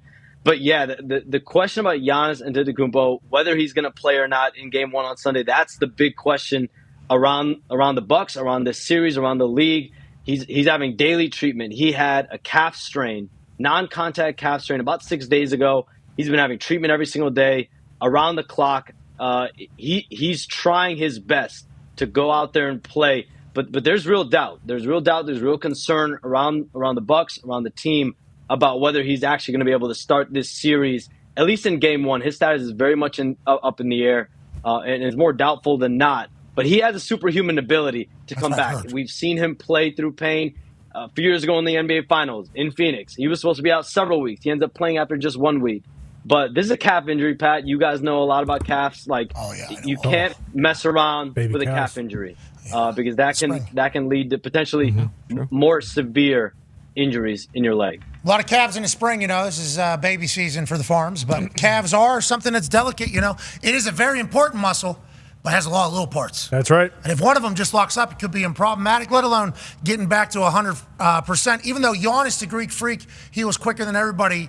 The Pacers and I, and we have never said that before, just as Indianapolis native here, Pacers and I would like to let the Greek freak know, you get healthy, buddy. Yeah, come on. Come on, dude. You don't want brother in there. You don't want to. Bingo. Yeah, he's good. Antetokounmpo, Thanos. That's right. Tanesis. Put him in. Yeah. But really, as NBA fans, as people, around the league, the stakes are high for the Bucks. We know that the stakes are high. This you get Damian Lillard, you have Giannis. This is a championship or bust season for sure. But the stakes are even higher for Giannis in terms of this injury, where he's at in his career. True. You want to be careful to an extent. That's not something that Giannis wants to hear, but you're going to have to be careful with an injury like this. He's already had Giannis. Don't you talk about me. He's already had Achilles. He's already had hamstring injuries this year on that same leg. So we'll see if Giannis can make it back in this series at some point. Didn't Giannis say something about, I just hope my team wants to win, so they need to invest in this entire thing, and then they go get Dame time? So now it's that was the team almost saying, now it's your turn to kind of go and do it. Is that an accurate reading? I mean, he'd love to play with the calf injury, and he's played all year. I mean, he's going to be a guy that's talk about that pressure. All NBA. Talk about that pressure. There's high pressure for him, for Dame, for this organization. This last few weeks when they've been struggling, this has been as pressure packed as possible for this team. But with Giannis, you have to be careful. But I mean, this Indiana team, it kind of is a contrast to what Milwaukee likes, right? They're a team that plays a little bit more slower pace. Indiana just runs. They're going to be an up-tempo, high offense team. And Milwaukee has struggled defensively at times this year. So we'll see. Indiana, to me, it's two completely different styles. Giannis, though, probably a little more motivated because if you remember, the Pacers took his 64-point ball for the rookie that scored his first basket. So there is beef there. And knocked him out of the in-season. So true. Oh, I talked to Halliburton, who had a superstar rise during the in-season tourney that inevitably they would lose to the Lakers. Congrats to the Lakers hanging in there. He feels healthy. He feels good about the boys. Yeah, they're rolling right now. They couldn't miss yesterday. Yeah, finish your story, Tyrese. Go ahead, AJ. Shams, how confident are you in the Boston Celtics, the ability to capitalize on the great regular season they had and make a run and at least get to the finals? Very confident. I mean, this is a championship or bust as well, but even more so with them, they've been head and shoulders above every team in the league. I mean, Denver for sure has been great. Oklahoma City we know about. Minnesota we know about. But Boston, year in and year out, under the Jason Tatum era and Jaylen Brown, they've been to multiple conference finals. They've been to an NBA finals in 2022. They have Drew Holiday now. You have Kristaps Porzingis. You have Al Horford coming off your bench. Jaylen Brown, Jason Tatum, both at the peaks of their careers right now in their prime. This, to me, is about as championship or bust as it gets. They obviously need to win a championship. They want to win a championship. And you have to give Joe Mazzulla a lot of credit. He's been trying different tactics throughout the course of the year, and now everything is going to come about in the playoffs. But for sure, I mean, this team should be the favorite going in. There's going to be competition out west, but Boston is the favorite right now out of the East. Well, Giannis is looking to finish his story, too. Yeah, we'll see. So is Dame Dollar. There's a lot of stories that need to be finished, but Boston... Well, Philly as well. Philly, you have Joel Embiid. He looks healthy. He looks back. He wants to finish the story. He's back. Embiid's back. He's healthy. Great. He's back. He's healthy. He's set to play in this playing tournament against Miami. And Miami, Jimmy Butler. You can never count out Jimmy Butler. In the Eastern Conference. I know I'm not. Last question here from Tone Diggs. Yeah, Shams, there's a guy who's in the Hall of Fame for speaking to microphones. His name is Mike Greeny Greenberg. Two Hall of Fames. Two Hall of Fames. He suggested, that the Lakers should purposely. He suggested. Yeah, absolutely, Chuck. That the Lakers should purposely lose to the Pelicans so that they don't have to play the Denver Nuggets in the first round, and then they could play the winner of the 9-10 and then hopefully get OKC in the first round. Is there any talk of that, or the Lakers are going to sit everybody in that first game against Pelicans so they don't have to play the Nuggets if they win? I'm not going to lie to you. I thought about that as well last night when I was looking at the playoff seedings and everything like that, but you can't. You can't do that because the risk is too great. Let's say even if you did tank in that 7-8 game and then you have to play either the Warriors or the Kings at home in LA, but what if you lose that? Then it's like, all right, we did all this only to lose, and now we're not even in the playoffs. So the risk is too great. They're going for the win. They're trying to beat New Orleans tomorrow and then play Denver. And at that point, you just get Denver out of the way. You play them early. You're going to have to face them eventually anyway. If you can't beat Denver in the first round, you're definitely not going to beat them later. Plus, you do have LeBron James, Anthony Davis, healthy, rejuvenated early in the playoffs versus later and later as these rounds go. Yeah, you want to get hot. Yeah, yes, you do. You want to get hot right now. You want to go on a run. Hey, Joker shows, though, this is his time. Excited to see what the NBA shapes out to be. Congrats. Who's MVP? Shea or Joker? Who's MVP? So I see that OKC team has the youngest average age for any team that's ever made the playoff, or had a 1 seed or something like that. Is that right? They went from the play-in, not in the playoffs, to the 1 seed. 23.4 years old average or something like that. Younger than North Carolina, I believe. Shai should be the MVP. Most 30-point games in the NBA for Shai Gilgeous-Alexander this year. Go from out of the playoffs in the play-in to the number 1 seed. Youngest team to win the number 1 record. Pretty impressive to me. It's a new era. Yeah. It's a new era. Young guns at OKC. Are they going to win it all? They're going to have a chance, but listen, if you're the Lakers, not even the favorite.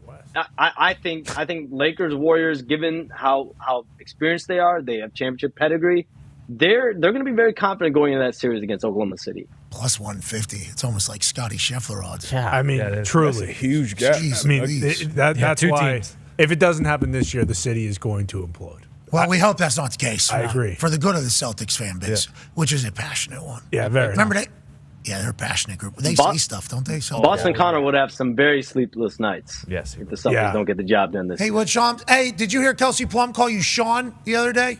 I was about to say, I thought you guys should have backed me up on my name at least. Well, we ran with it. We thought she might maybe do something we didn't. You guys way ran with it. You guys flew with that. What are you talking about? I'm just changing my name. I'm changing my name to Sean now. You know. Hey, it's not a bad name actually. When she said it, S-H-A-W-N, Sean. Sean Schroyen. And then just make the first name the last name, because that'd be a great name. Schroyen, Sean.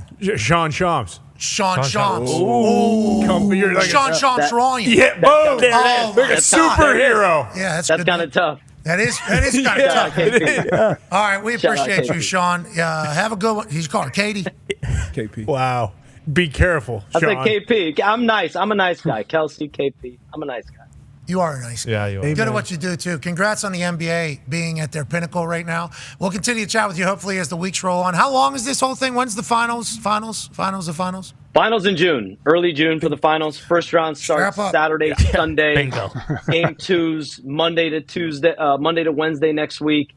We're in full force. Playing tournament Tuesday. It's a whole different Wednesday. season. Oh, yeah. I know Pat's hype. Oh! I see it. Primetime games every single time. Every night. I feel like this is really the only basketball that a lot of people see. Yes. So this is where stars are made, you know? Like how long LeBron was in the playoffs till the finals, like 13 straight years or something like that? Yeah, I think he went to 10 straight finals, 13 straight conference finals. The amount of primetime games that is. You know, not that he wouldn't get that, but like that's when everybody's tuning in. 2.5 months right now. So long. Good luck out there. We appreciate you, Sean. Ladies and gentlemen, Sean Shams Ryan. Yeah, Shawnee! He's Sean.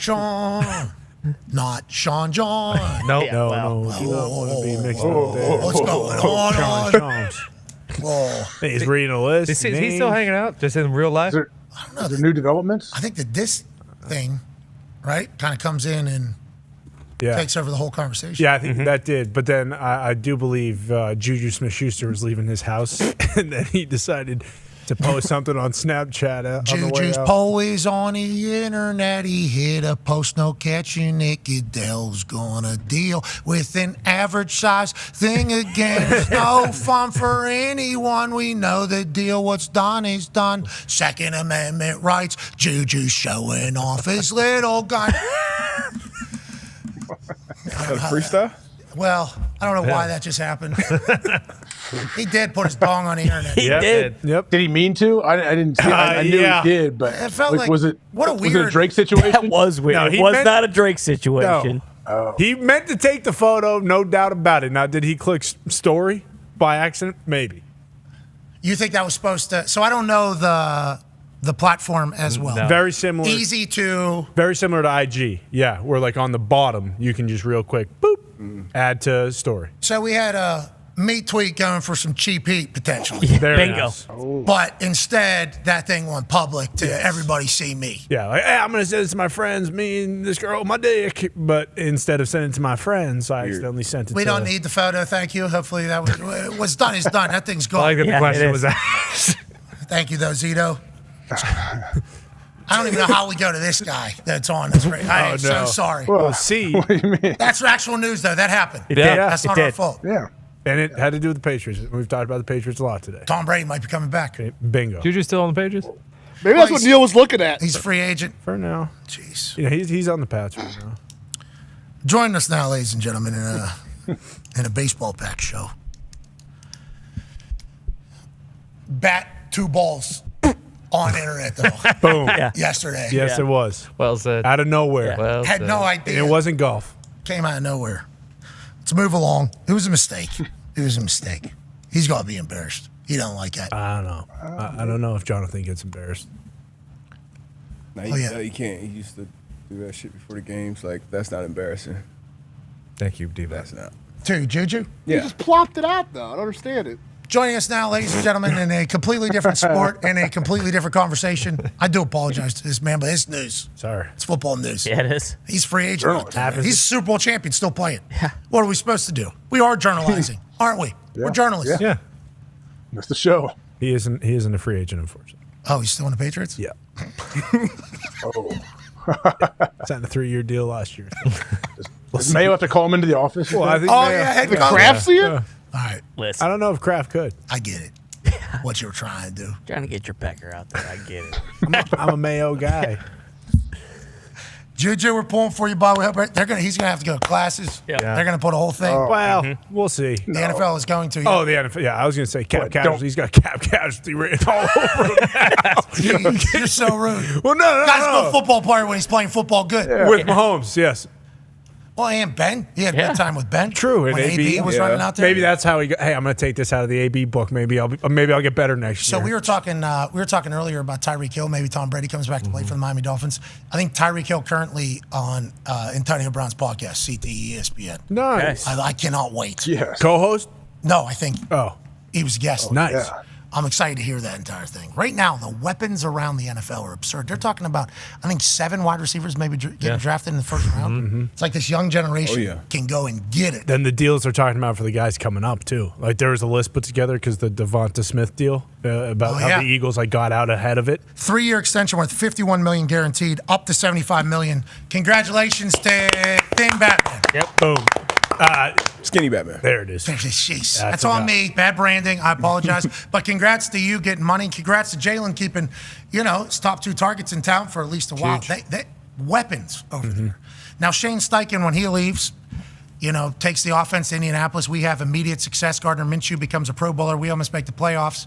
And over there, they won, but then they struggled inevitably. So will Jalen get back to form? We shall see. Keep weapons around is a good thing. Speaking of weapons, ladies and gentlemen, joining us now, 19-year MLB vet, 6-time All-Star, Cy Young winner, World Series champion, has over 3,000 career strikeouts. Played for the Guardians. What? It wasn't their name. That's on me. At That's the on time. me. Brewers Right. and Yankees. In high school, stud football player. Ladies and gentlemen, athlete, friend of the program, CC Sabathia. CC. What's up, fellas? I had to get away from the Juju news there for you. I apologize. No. I was into it. Like I was locked in on the Juju news. Well, I didn't want to break. You're a legend, obviously, and There's no reason for us to do that. So we had a full discussion about a news break. We apologize for making you hold. Let's chit-chat about it quickly here. This elbow thing, okay? CC, you played football, obviously. I think you're a multi-sport athlete. Jeff Passan just came on and gave an impassioned speech about how the youth leagues are kind of ruining kids early. He wrote an entire book on this entire thing. I know you do work with the MLB, and obviously you're an MLB legend and pitcher stud. Like, is this a conversation that's taking place about the youth leagues? And is Jeff Passan right about that with these elbow injuries we're kind of seeing right now happen around the MLB to stud pitchers? Yeah, I mean, if you look at the way that these guys come into the league, I mean, they're all coming in with a surgery or two already, and it's because of, they're playing baseball year round where, you just mentioned, some of us in this older generation, when it was football season, I was playing football. When it was basketball season, I was playing basketball. And, I also played another position besides pitching. Like I was a hitter. I played first base. I played outfield. So it wasn't just pitching from the time I was 9 years old until the time I got to the big league. So I think, with this rash of injuries that you're seeing, it has a lot to do with these guys being pitchers only from the time that they're, pre-teens until till they get to the big leagues. You only got so many throws in your arm before you're going to have surgery. It's an unnatural motion. And the more you do it, the more times you keep doing it over and over, especially at a younger age, it's more likely for you to have surgery. So it's like 100% surgery rate if you're a pitcher that ends up making it to the big leagues? I mean, yeah, at some point. Luckily enough for me, I avoided all, major elbow injuries and all of that stuff. And but my very last pitch I threw in the big leagues, I tore everything in my shoulder, my capsule, rotator cuff, labrum, bicep, everything. So, like I said, I mean, it's only so many throws you have in your arm before something's going to tear up. It's inevitable. They're putting 100 pitches on 8-year-olds allegedly. That's a hit. There's a counter going inevitably from the beginning of it all. Go ahead, AJ. CC, I saw what Kenley Jensen said that the balls like this, either slippery baseballs, and it's hard to control right now, and he's having a tough time controlling them. What's going on with the baseballs, and how important is that? And are you able to see like a box of balls and rough them up like quarterbacks are able to NFL game balls? Yeah, I mean, that's the thing, so the baseballs that we use in the game are mudded up and rubbed up by usually somebody at the stadium. Before, I think, 23, I think it was just up to the teams to mud the baseballs up. So however you wanted to do it, I think in the last year, MLB has got involved and kind of uniformed the way they want the baseballs to look and, kind of a certain way and mudding up the balls. But, yeah, I mean, every baseball is different. We were talking about this today. We had a meeting with the Pirates, and there's literally people in a factory in Costa Rica stitching these baseballs together. So everyone's going to be different every time you grab a baseball. So that's always been something. It's just the fact of being able to get a good grip, whether it's rosin or stuff that you're allowed legally to use now to grab a good grip. But every baseball that you pick up, as a big leaguer is different. So we got hand-sewn baseballs, but we're about to have robotic umpires. Angel Hernandez, tell me about him. I've had some tough times with Angel Hernandez. If it was up to me, I would want full ABS, fully, robotic umpires. But just talking to the guys and the players of today's game, they don't want that. They kind of want the human element. They want to be able. I feel like they're leaning towards to be able to. Be able to challenge that pitch right there or challenge that call where you can tap your helmet, go upstairs, look upstairs, and they can review it. It's a quick thing that they use in the minor leagues, and I feel like we'll go to that before we go to fully, automated, robotic umpires. Now, obviously, we've seen this pitcher right here. He started taking advantage of the strike zone. That's the human element that the pitchers are talking about, yeah? Yeah, absolutely. And as a pitcher, if he's calling that out there, you just keep throwing it out there, and see how far he's going to go. That's obviously always been a big problem. For me, I've always had problems with umpires and obviously with Angels. So, I would just like to take that out of it. But if you talk to the guys today, they don't want that. They want, catchers back there framing pitches and, being able to still strike. There will always be a gripe whenever it's a judgment call in a competitive world. Think about all the fights that we see for UFC or boxing where the judges get it wrong. Mm-hmm. Yeah. It's like anytime there is judgment taken place, let alone every single pitch, it's a human's judgment. That's absurd. From the angle they're standing, too, it's a weird one. It's a and that's what they got a new rule with the obstruction rule at second base, and it's kind of left up to umpires' discretion. So, it's kind of whatever they see, So when you leave it up there, there's, like you said, there's always going to be a gripe. Ty's got a question for you. Yeah, CC, obviously the season is a grind, but as like a Yankees fan, and they've had, one of their best starts ever, and then teams like the Pirates and like the Tigers and Royals and some of these teams who weren't necessarily going to be competitors, people thought, like, how much do these early season April and like May games matter? Like, as a team, can like, hey, obviously we're not going to make the playoffs based on the early season games like this, but we can also play ourselves into like, outperforming what you thought was going to happen. Like, how much stock would teams be taking into like a hot start or winning, 15 of your first 20 games when there's still 5 or 6 months left of the season? Pirates. No, I think you always kind of take stock into a hot start, especially like those teams that you just named, like the Pirates or, Kansas City, or even the Yankees, because, you can't win the division or you can't win the World Series in the first month, but you could definitely lose it if you get off to a bad start and, go 5-20 or something like that for the first month. So, yeah, I mean, I think, coming out of spring training, everybody just wants to get settled in.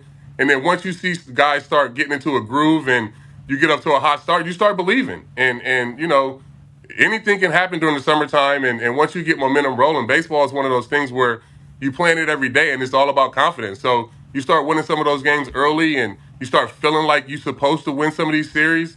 It can turn into a great summer. Okay, so the Pittsburgh Pirates are winning. What is it? The pennant? A pennant? Yeah. The pennant? The pennant. A super pennant? Dude, we're about to win it. We're about to win. We're about to win the fucking pennant, CC. That's what we're about to do. You know why? Because we got the Hundo boys. But with everything that Jeff Passan's talking about, are they going to survive? The Pirates in good spot. This Paul Skeens guy, have you got eyes on him in Indianapolis and how he's been doing? Is that going to carry over into the majors, you think? That guy is ridiculous. Yes! I mean, what he's throwing is definitely going to carry over to the big leagues. I mean, I thought last year, right out of LSU, after the College World Series, bring him to the big leagues. Yes. Like, let's go. Does that ever happen? I mean, does that ever happen? I don't know. I don't think so. I mean, the kid that's the first baseman for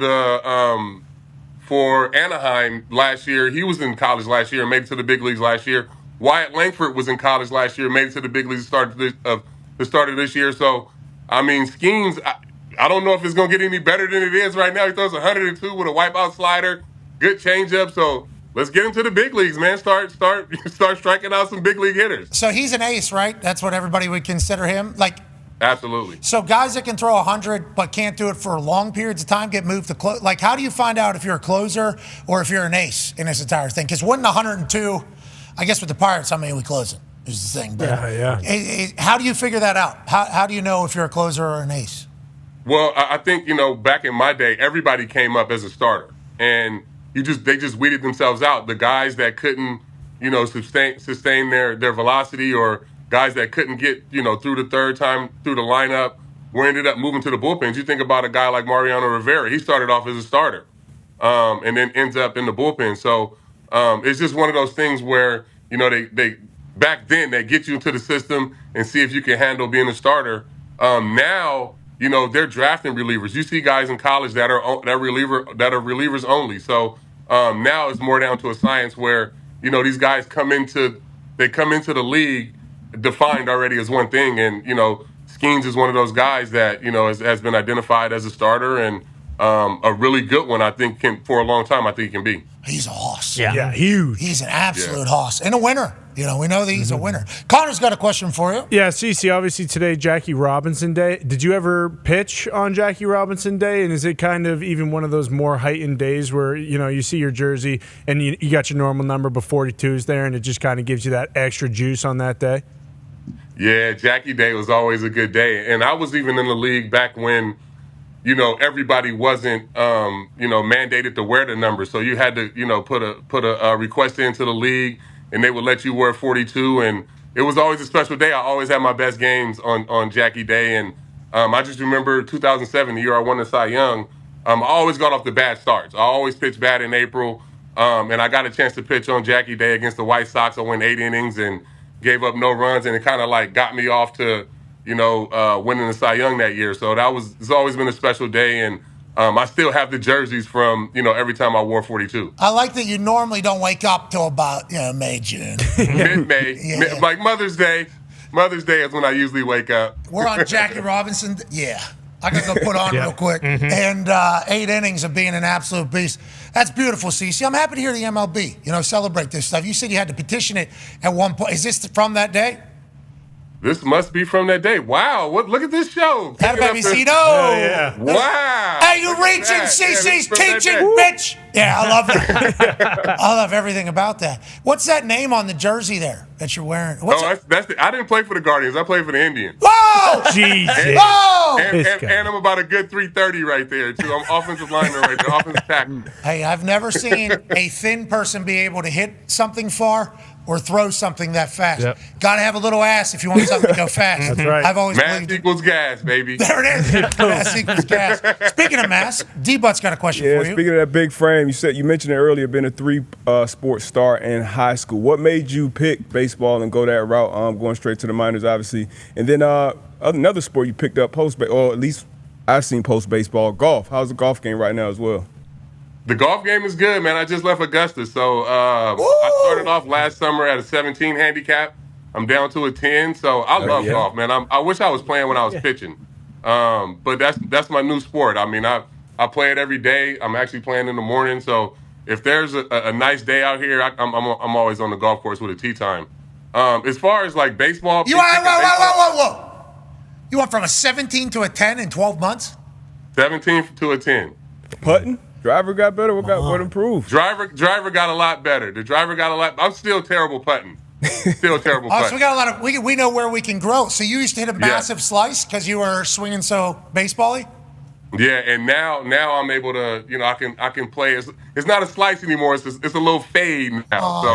I'm able to hit some fairways now. Little buttery fade out there. Anyways, of course, you go from a 17 to a 10. Guy's going to be scratched by June. Yeah, absurd. This is bananas. Obviously, that's why you're CC Sabathia, and I am not. Now, with that being said, a lot of options. A lot of options we would assume with somebody that can put their golf game from 17 to a 10 in 12 months. Think about how athletic you have to be. God. What a joke. Hey, look how fucking big he is. Yeah. They got to make you telephone poles. All right, anyway, sorry about that. Go ahead. Sorry, I cut you off. No. I was just saying that I played all 3 sports in high school, and I had scholarships to play football and basketball. But the situation that I was in, I needed, me and my mom, and we needed, money. And I got drafted in the first round. That's literally decision. Like, they made the decision for me. I got drafted in the first round, and I knew I could probably get, $1 million, maybe $1.5 million. And I still, Chris Winkie was in college at the time. So I was like, I can go to play baseball. And if this don't work out in the minor leagues, I can always go back to college and play football. So football was always going to be my backup plan. But yeah, I mean, baseball kind of chose me. And when I got drafted, I didn't even know if I was playing first base or if I was pitching.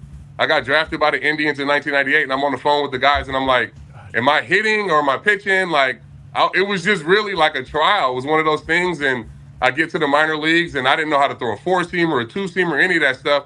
They showed me my delivery. They showed me how to throw a 4-seamer, and I go from throwing 92 in high school to 98 in like 2 months, and the rest is kind of history. It's crazy. Yeah, I mean, I got drafted in the first round to be a pitcher in the majors. Had no idea what a force, what a week. No idea what a four-seamer was. Give me that baseball. Yeah. Yeah, I'm throwing it. I'm beating that guy, right? Yeah, got it.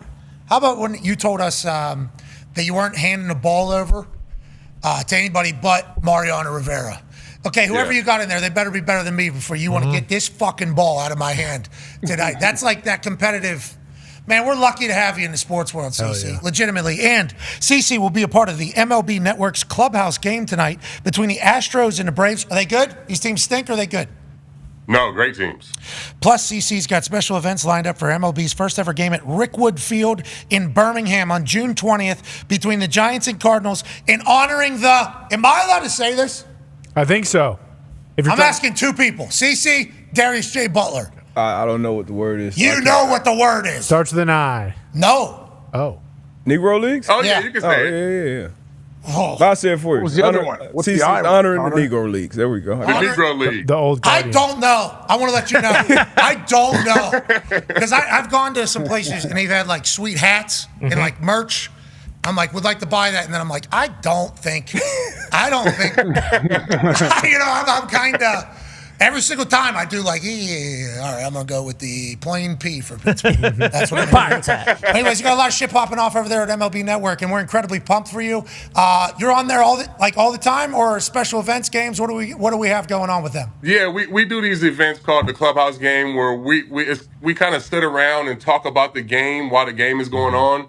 I'm a huge sports fan, and I watch a lot of sports, and I kind of got this idea like 4 years ago. I was watching the Super Bowl with Tiki Barber, and getting a chance to just sit next to a football player and have him call out the plays in the context of the game. This is how we watch games as sports fans. Obviously, you guys too, the same way. So it's just letting fans get a peek into how we take in sports or take in the game, and we call it the Clubhouse Edition on MLB Network. Ty, you ever seen it? Yeah, I absolutely love it. It's like one of the best things the MLB Network does. Whoa! Yeah. Hell yeah. How about it? Thank you. He's That's a tough awesome. critic. He hates everybody, but he is a Yankee, so Yeah. he's fair. All-time legend. Yeah, absolutely. Hey, CC, we appreciate you, man. We'll continue to follow along, and thank you for making time out of the golf game. No problem. Of course, anytime y'all want me back, I'm on. Let me know. You got it. And shout out to you going to Rickwood Field in Birmingham on June 20th to honor the Negro League. Negro League. Boom. Yeah. Come on, dance me that one. Nope. Awful announcing report. Yeah, Listen to What this. does this guy say? On Jackie Robinson Day. Listen to this asshole in a tank top. Anyways, we appreciate the hell out of you, ladies and gentlemen. CC Sabathia.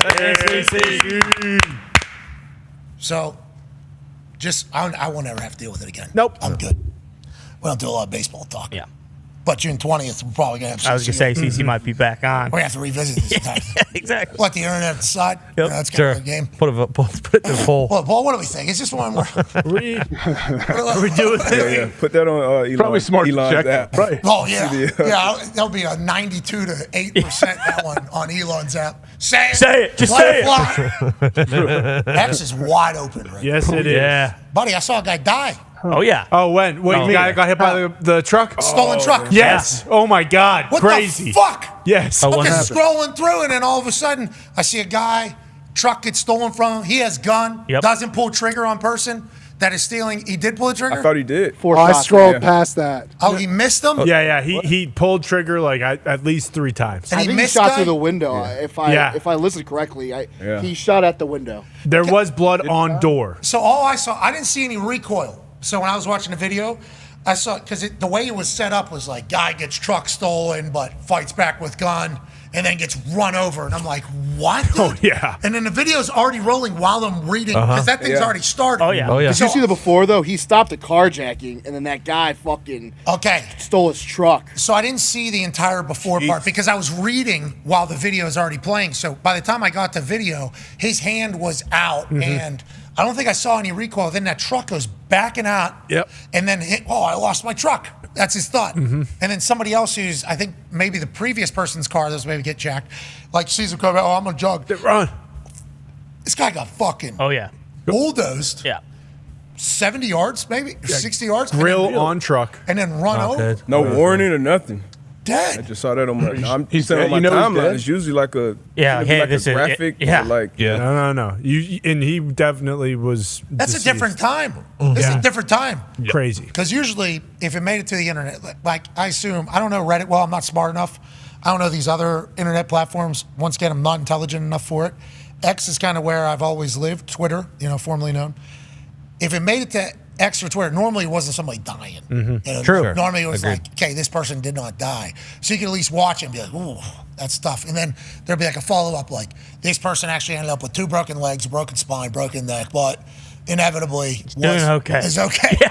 This one was like, I scrolled down and like, this guy's dead. I'm like, why am I? This is Sunday. I'm having a Masters of Golf Sunday. Exactly. Right. What is this? So I had to mute that account, get that thing out of there.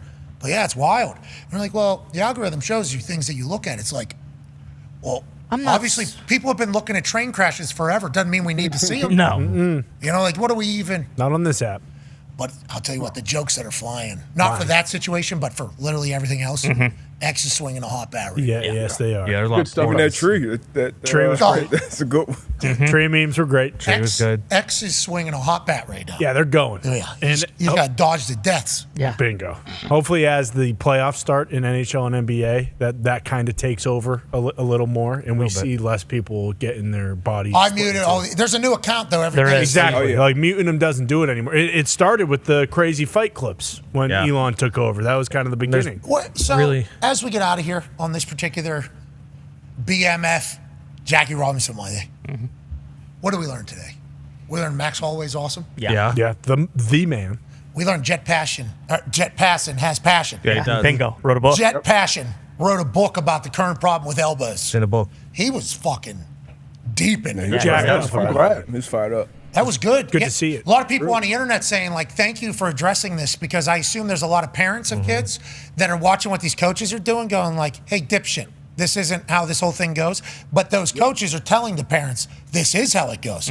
So then whenever there's professional athletes and professionals saying, no, this is not, that's a big deal for hopefully the future of baseball is I think what we're all hoping for. That was awesome to hear out of Jet. I'm appreciative of that. Yeah, I mean, I guess if you have kids, obviously you're much more privy to that. But if you don't have a kid who's playing youth baseball, you just because I assume it's changed a bunch since we were playing it when we were younger. Because it was kind of just like, hey, if your arm hurts, you tell your coach and you're not going to throw that day. But it wasn't like, listen, fucking kid, we're in the semifinals. Okay, I know you pitched 8 innings yesterday and 140 pitches. I need you to go back out there and do it again. What was it? The Plumber Classic, wasn't it? What was the baseball tournament? No, I think it was just Plum, the Plum tournament. Huge. I didn't play baseball. We'll go hang out because the amount of people that were there. Sure.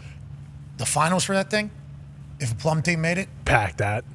it was You're electric. pitching your ace, though. You're pitching your ace. You're not resting him. If he won you the game before, I understand that they want to put him back in there. Well, and here's the thing: like you would have the Plum tournament that weekend, but you'd also have the Franklin tournament that weekend. And yeah, there would be people keeping track at one tournament, and they'd keep track of the other tournament, but they're not calling each other and say, "Hey, he pitched yesterday." So it doesn't mean like your ace can't go back-to-back days in different tournaments. Well, now there's an app. Yeah, sure. I'm sure they're. CC came on.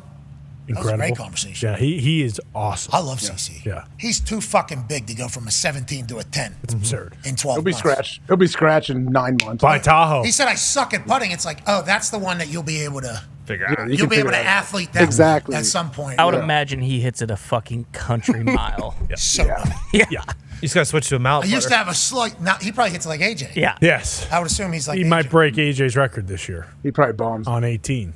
well past me. Oh wait, did you tell AJ? Not on 18. What's that? What, did the Masters change your mind?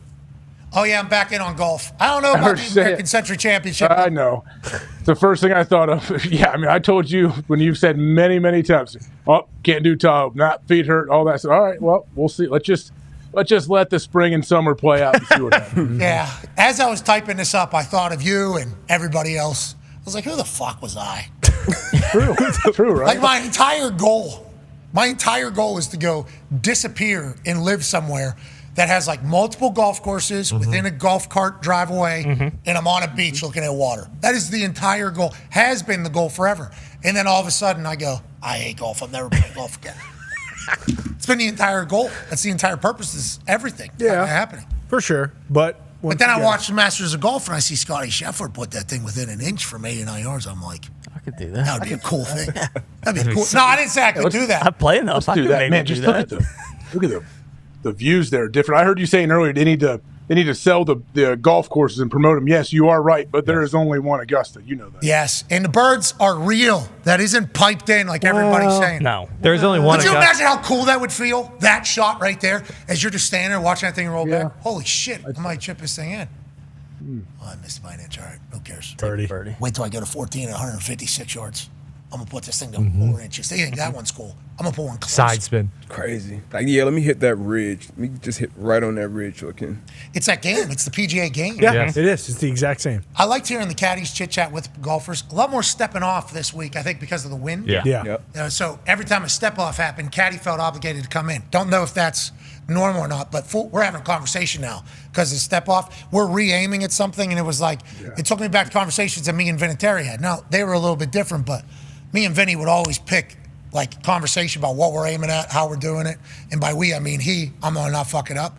And it was like it was cool to watch the tag team work. Yeah. It was cool to watch tag team work. Every time I see them kind of do the thing, it's like that's cool. And then that the caddy leading the way through the Patriots. So He's got 4. Doesn't he have 4? Isn't that Bubba's old guy? He has 4 Masters. Yep.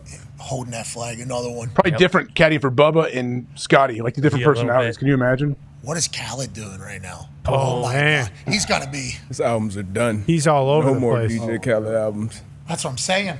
This is the whole team. Yeah. That's why you got to golfer, start too. listening to older rappers. I've been going into the Chameleonaire repertoire. He sent us Good Morning the other day. He sent me Chameleonaire's Good Morning the other day. It was like, banger. It's like, yeah, I listened to this like 1,000 times back. And you're right. Bingo. You got to go back because if you don't know what you're listening to. Got to be reminded of what's good.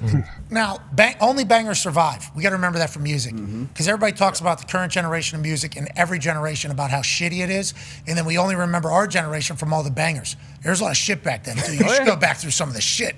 There were some bad songs back in the day. You should take a little voyage through those and then realize that the bangers from our generation though are still the only things getting played in all these clubs. Oh yeah. Did you know that? I've been to like one nightclub lot of in clubs, maybe 4 years of my life. I go in a nightclub, they're playing all our shit. Oh, yeah. It's still the same music. Yeah. Get sampled with the kids on TikTok too. Like my kids will know 20 years ago a song. Like, how do you guys know this? And it's because it gets sampled in different things that they see. It was weird to be in the club. Well, I felt Yeah, that's. I went right real. to the corner, Clubs right to the are- back corner. It's like, this is uncomfortable. Get me out of here. They're the worst. They are not. I fucking What, hate you don't like having conversations in there? Dude, I used to go in and have a good I mean, we are going in here for one mission and one mission only. Yep. Everybody in here is getting a shot, and we are having a good time. Yes. I'm not talking to anybody, though. I mean, this is going to be, No. we are dancing and sweating our dicks Terrible off. places. Right now. And then we're going to get out of here and go somewhere else. And then you quickly become like a bar person. It's like, why do you like going to a bar? Still hear the songs, also hear Humans I'm With. Yep. You can sit down. And now at the bars you can play your own songs. So you're hearing. You've always been able to hijack. Oh really? Oh. I thought Touch Tunes was. Well, What's the hijack? your friend Nick Moraldo, who's a new dad, he used to just hijack those fucking things. Oh, when they were just doing aux chords? No, you would. Oh, bingo. Yes. I do the same exact thing. Yeah. Okay, yeah, Bingo. yeah. Yeah. Actually, you get $20 to get ahead of this person? Yeah. Absolutely. Yeah, and then if someone skips you, and then you're in a battle. I've been in so many battles. We got 20, maybe 25. You want to play this game? I'll put $100 into Touch Tunes right now and queue up 200 songs if you skip me again, motherfucker. We were at a place that had terrible service. It was some bar, some small bar while we were traveling around. And on the way out, Nick just loaded up the top with just the worst songs. Love that. Way out. Yes. I'm like, that is so. He told me as we were leaving, because I heard the song coming, I'm like, what a fuck. Who is that? Who you were up? And he goes, that's me. And the next 2 are as well. Let's get out of here. I'm like, all right. Thank you for doing what you just did there. They will never forget us, and they definitely don't love that we were ever in there. But I appreciate the move. Yeah, I appreciate the move. The evolution of that, which I have done once or twice, is when you find out if your buddies are at a bar with Touch Tunes, let's say in a different state, you can look up that Touch Tunes, go to it, and play a song from here. So I played Rammstein in a couple bars in Boston and Long Island that definitely weren't appreciative of it, and people had to leave because it was awesome. You went back to Boston this weekend? Yes, I did. Awesome to see. Great time. Yeah, great to see the family, great to see the friends. Anytime you can, touch the Atlantic Ocean, it's a special time. Yeah, so. Gumpy was like, this Seaport Hotel is the best I've ever Dude, seen. I never really been out in Boston. Like, I only went there younger with, like, my mom and dad, so it was cool to go out in Boston. It was a good time. Boston's like Pittsburgh, I think, whenever you look at it, right? Awesome, dude. Yeah, when I drove into Boston, I thought to myself, like, that looks like Pittsburgh. And Oh, yeah.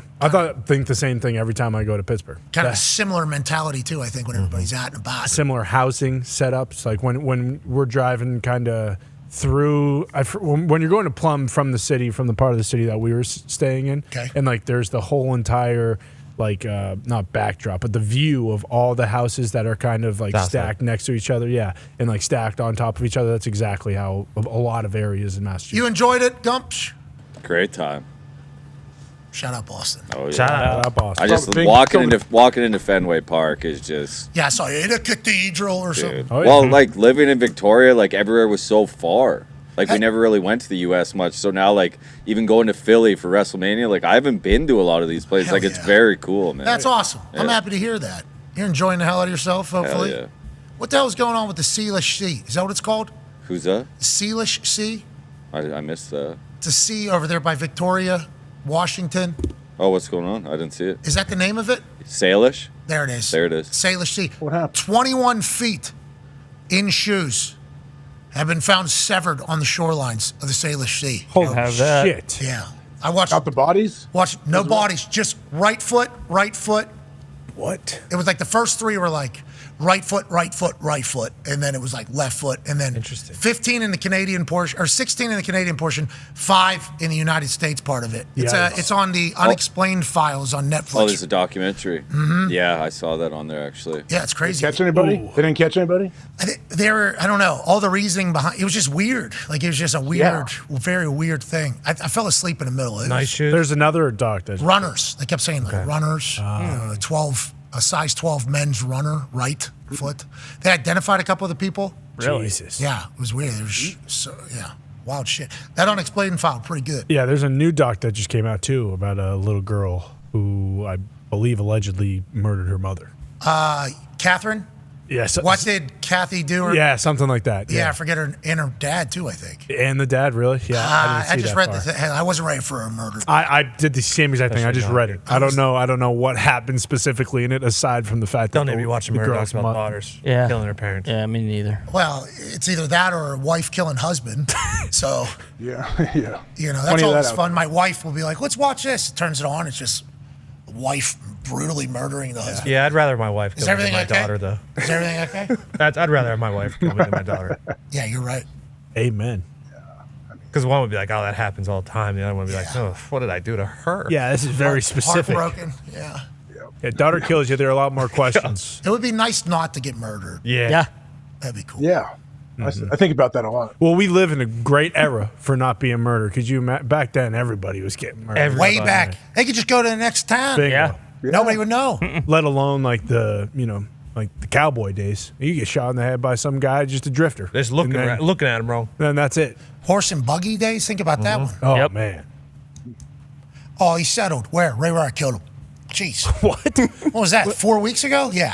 4 or 5 weeks. That was family. You tell me. There was an eclipse. The sun disappeared. Guy's dead. Shot him in the head. People didn't even care. We're lucky to be alive. Let's continue to enjoy it. Let's enjoy every single day. We'll be back tomorrow with a better show. Remember, Charles Barkley's on tomorrow. Right. Brock Purdy's on tomorrow. Right. And Neil Shipley. Okay. Stacked. Is on tomorrow. Wednesday, Caitlin Clark's on the program. If she gets drafted to the Indiana Fever tonight, don't want to do any tampering. No. Come on. Had to delete a tweet last week whenever we announced that she was Okay. coming on the show because there might have been tampering. Yep. Oh, okay. Of course. What? Please make the right Buddy. decision. Buddy, listen, these humans, I don't know how to deal with them. Get a message, I want to respond. Are you the dumbest? Can't. Gotta be respectful. God, I hope the Fever picker. Let's see how accurate the mock draft is to the actual draft. Yeah. Yeah, Mel Kiper and Field Yates and What's the odds on the sports book for her to go? There is not Probably not. on number one, no. Angel Reese going 8th, I believe? No. Somewhere around there. I saw Legler had her Eight to dropping the on sky. his big board. Who did? Tim Legs. I think he did. Yeah. Number 8 to the sky. They got Angel Reese and Cardoso going to the sky. Jeez They're gonna be Louise. stacked. a couple That's big. going to be a powerful team. That team's going to be underneath scrapping. Yeah, exactly. Underneath. Guess where the big buckets are? Where? Outside, baby. They're worth more out there. Yes, they are. Yeah, especially at the logo. I think they're putting a 4-pointer in because the big three's offer. Yep. We'll cover that tomorrow. All right, be a friend, tell a friend something nice. It might change their life. I'm off to Montreal. Oui. Ooh, that should be a great. Well, that's what PK loves that place, right? PK loves Montreal. I'll see a lot of it too. Yeah.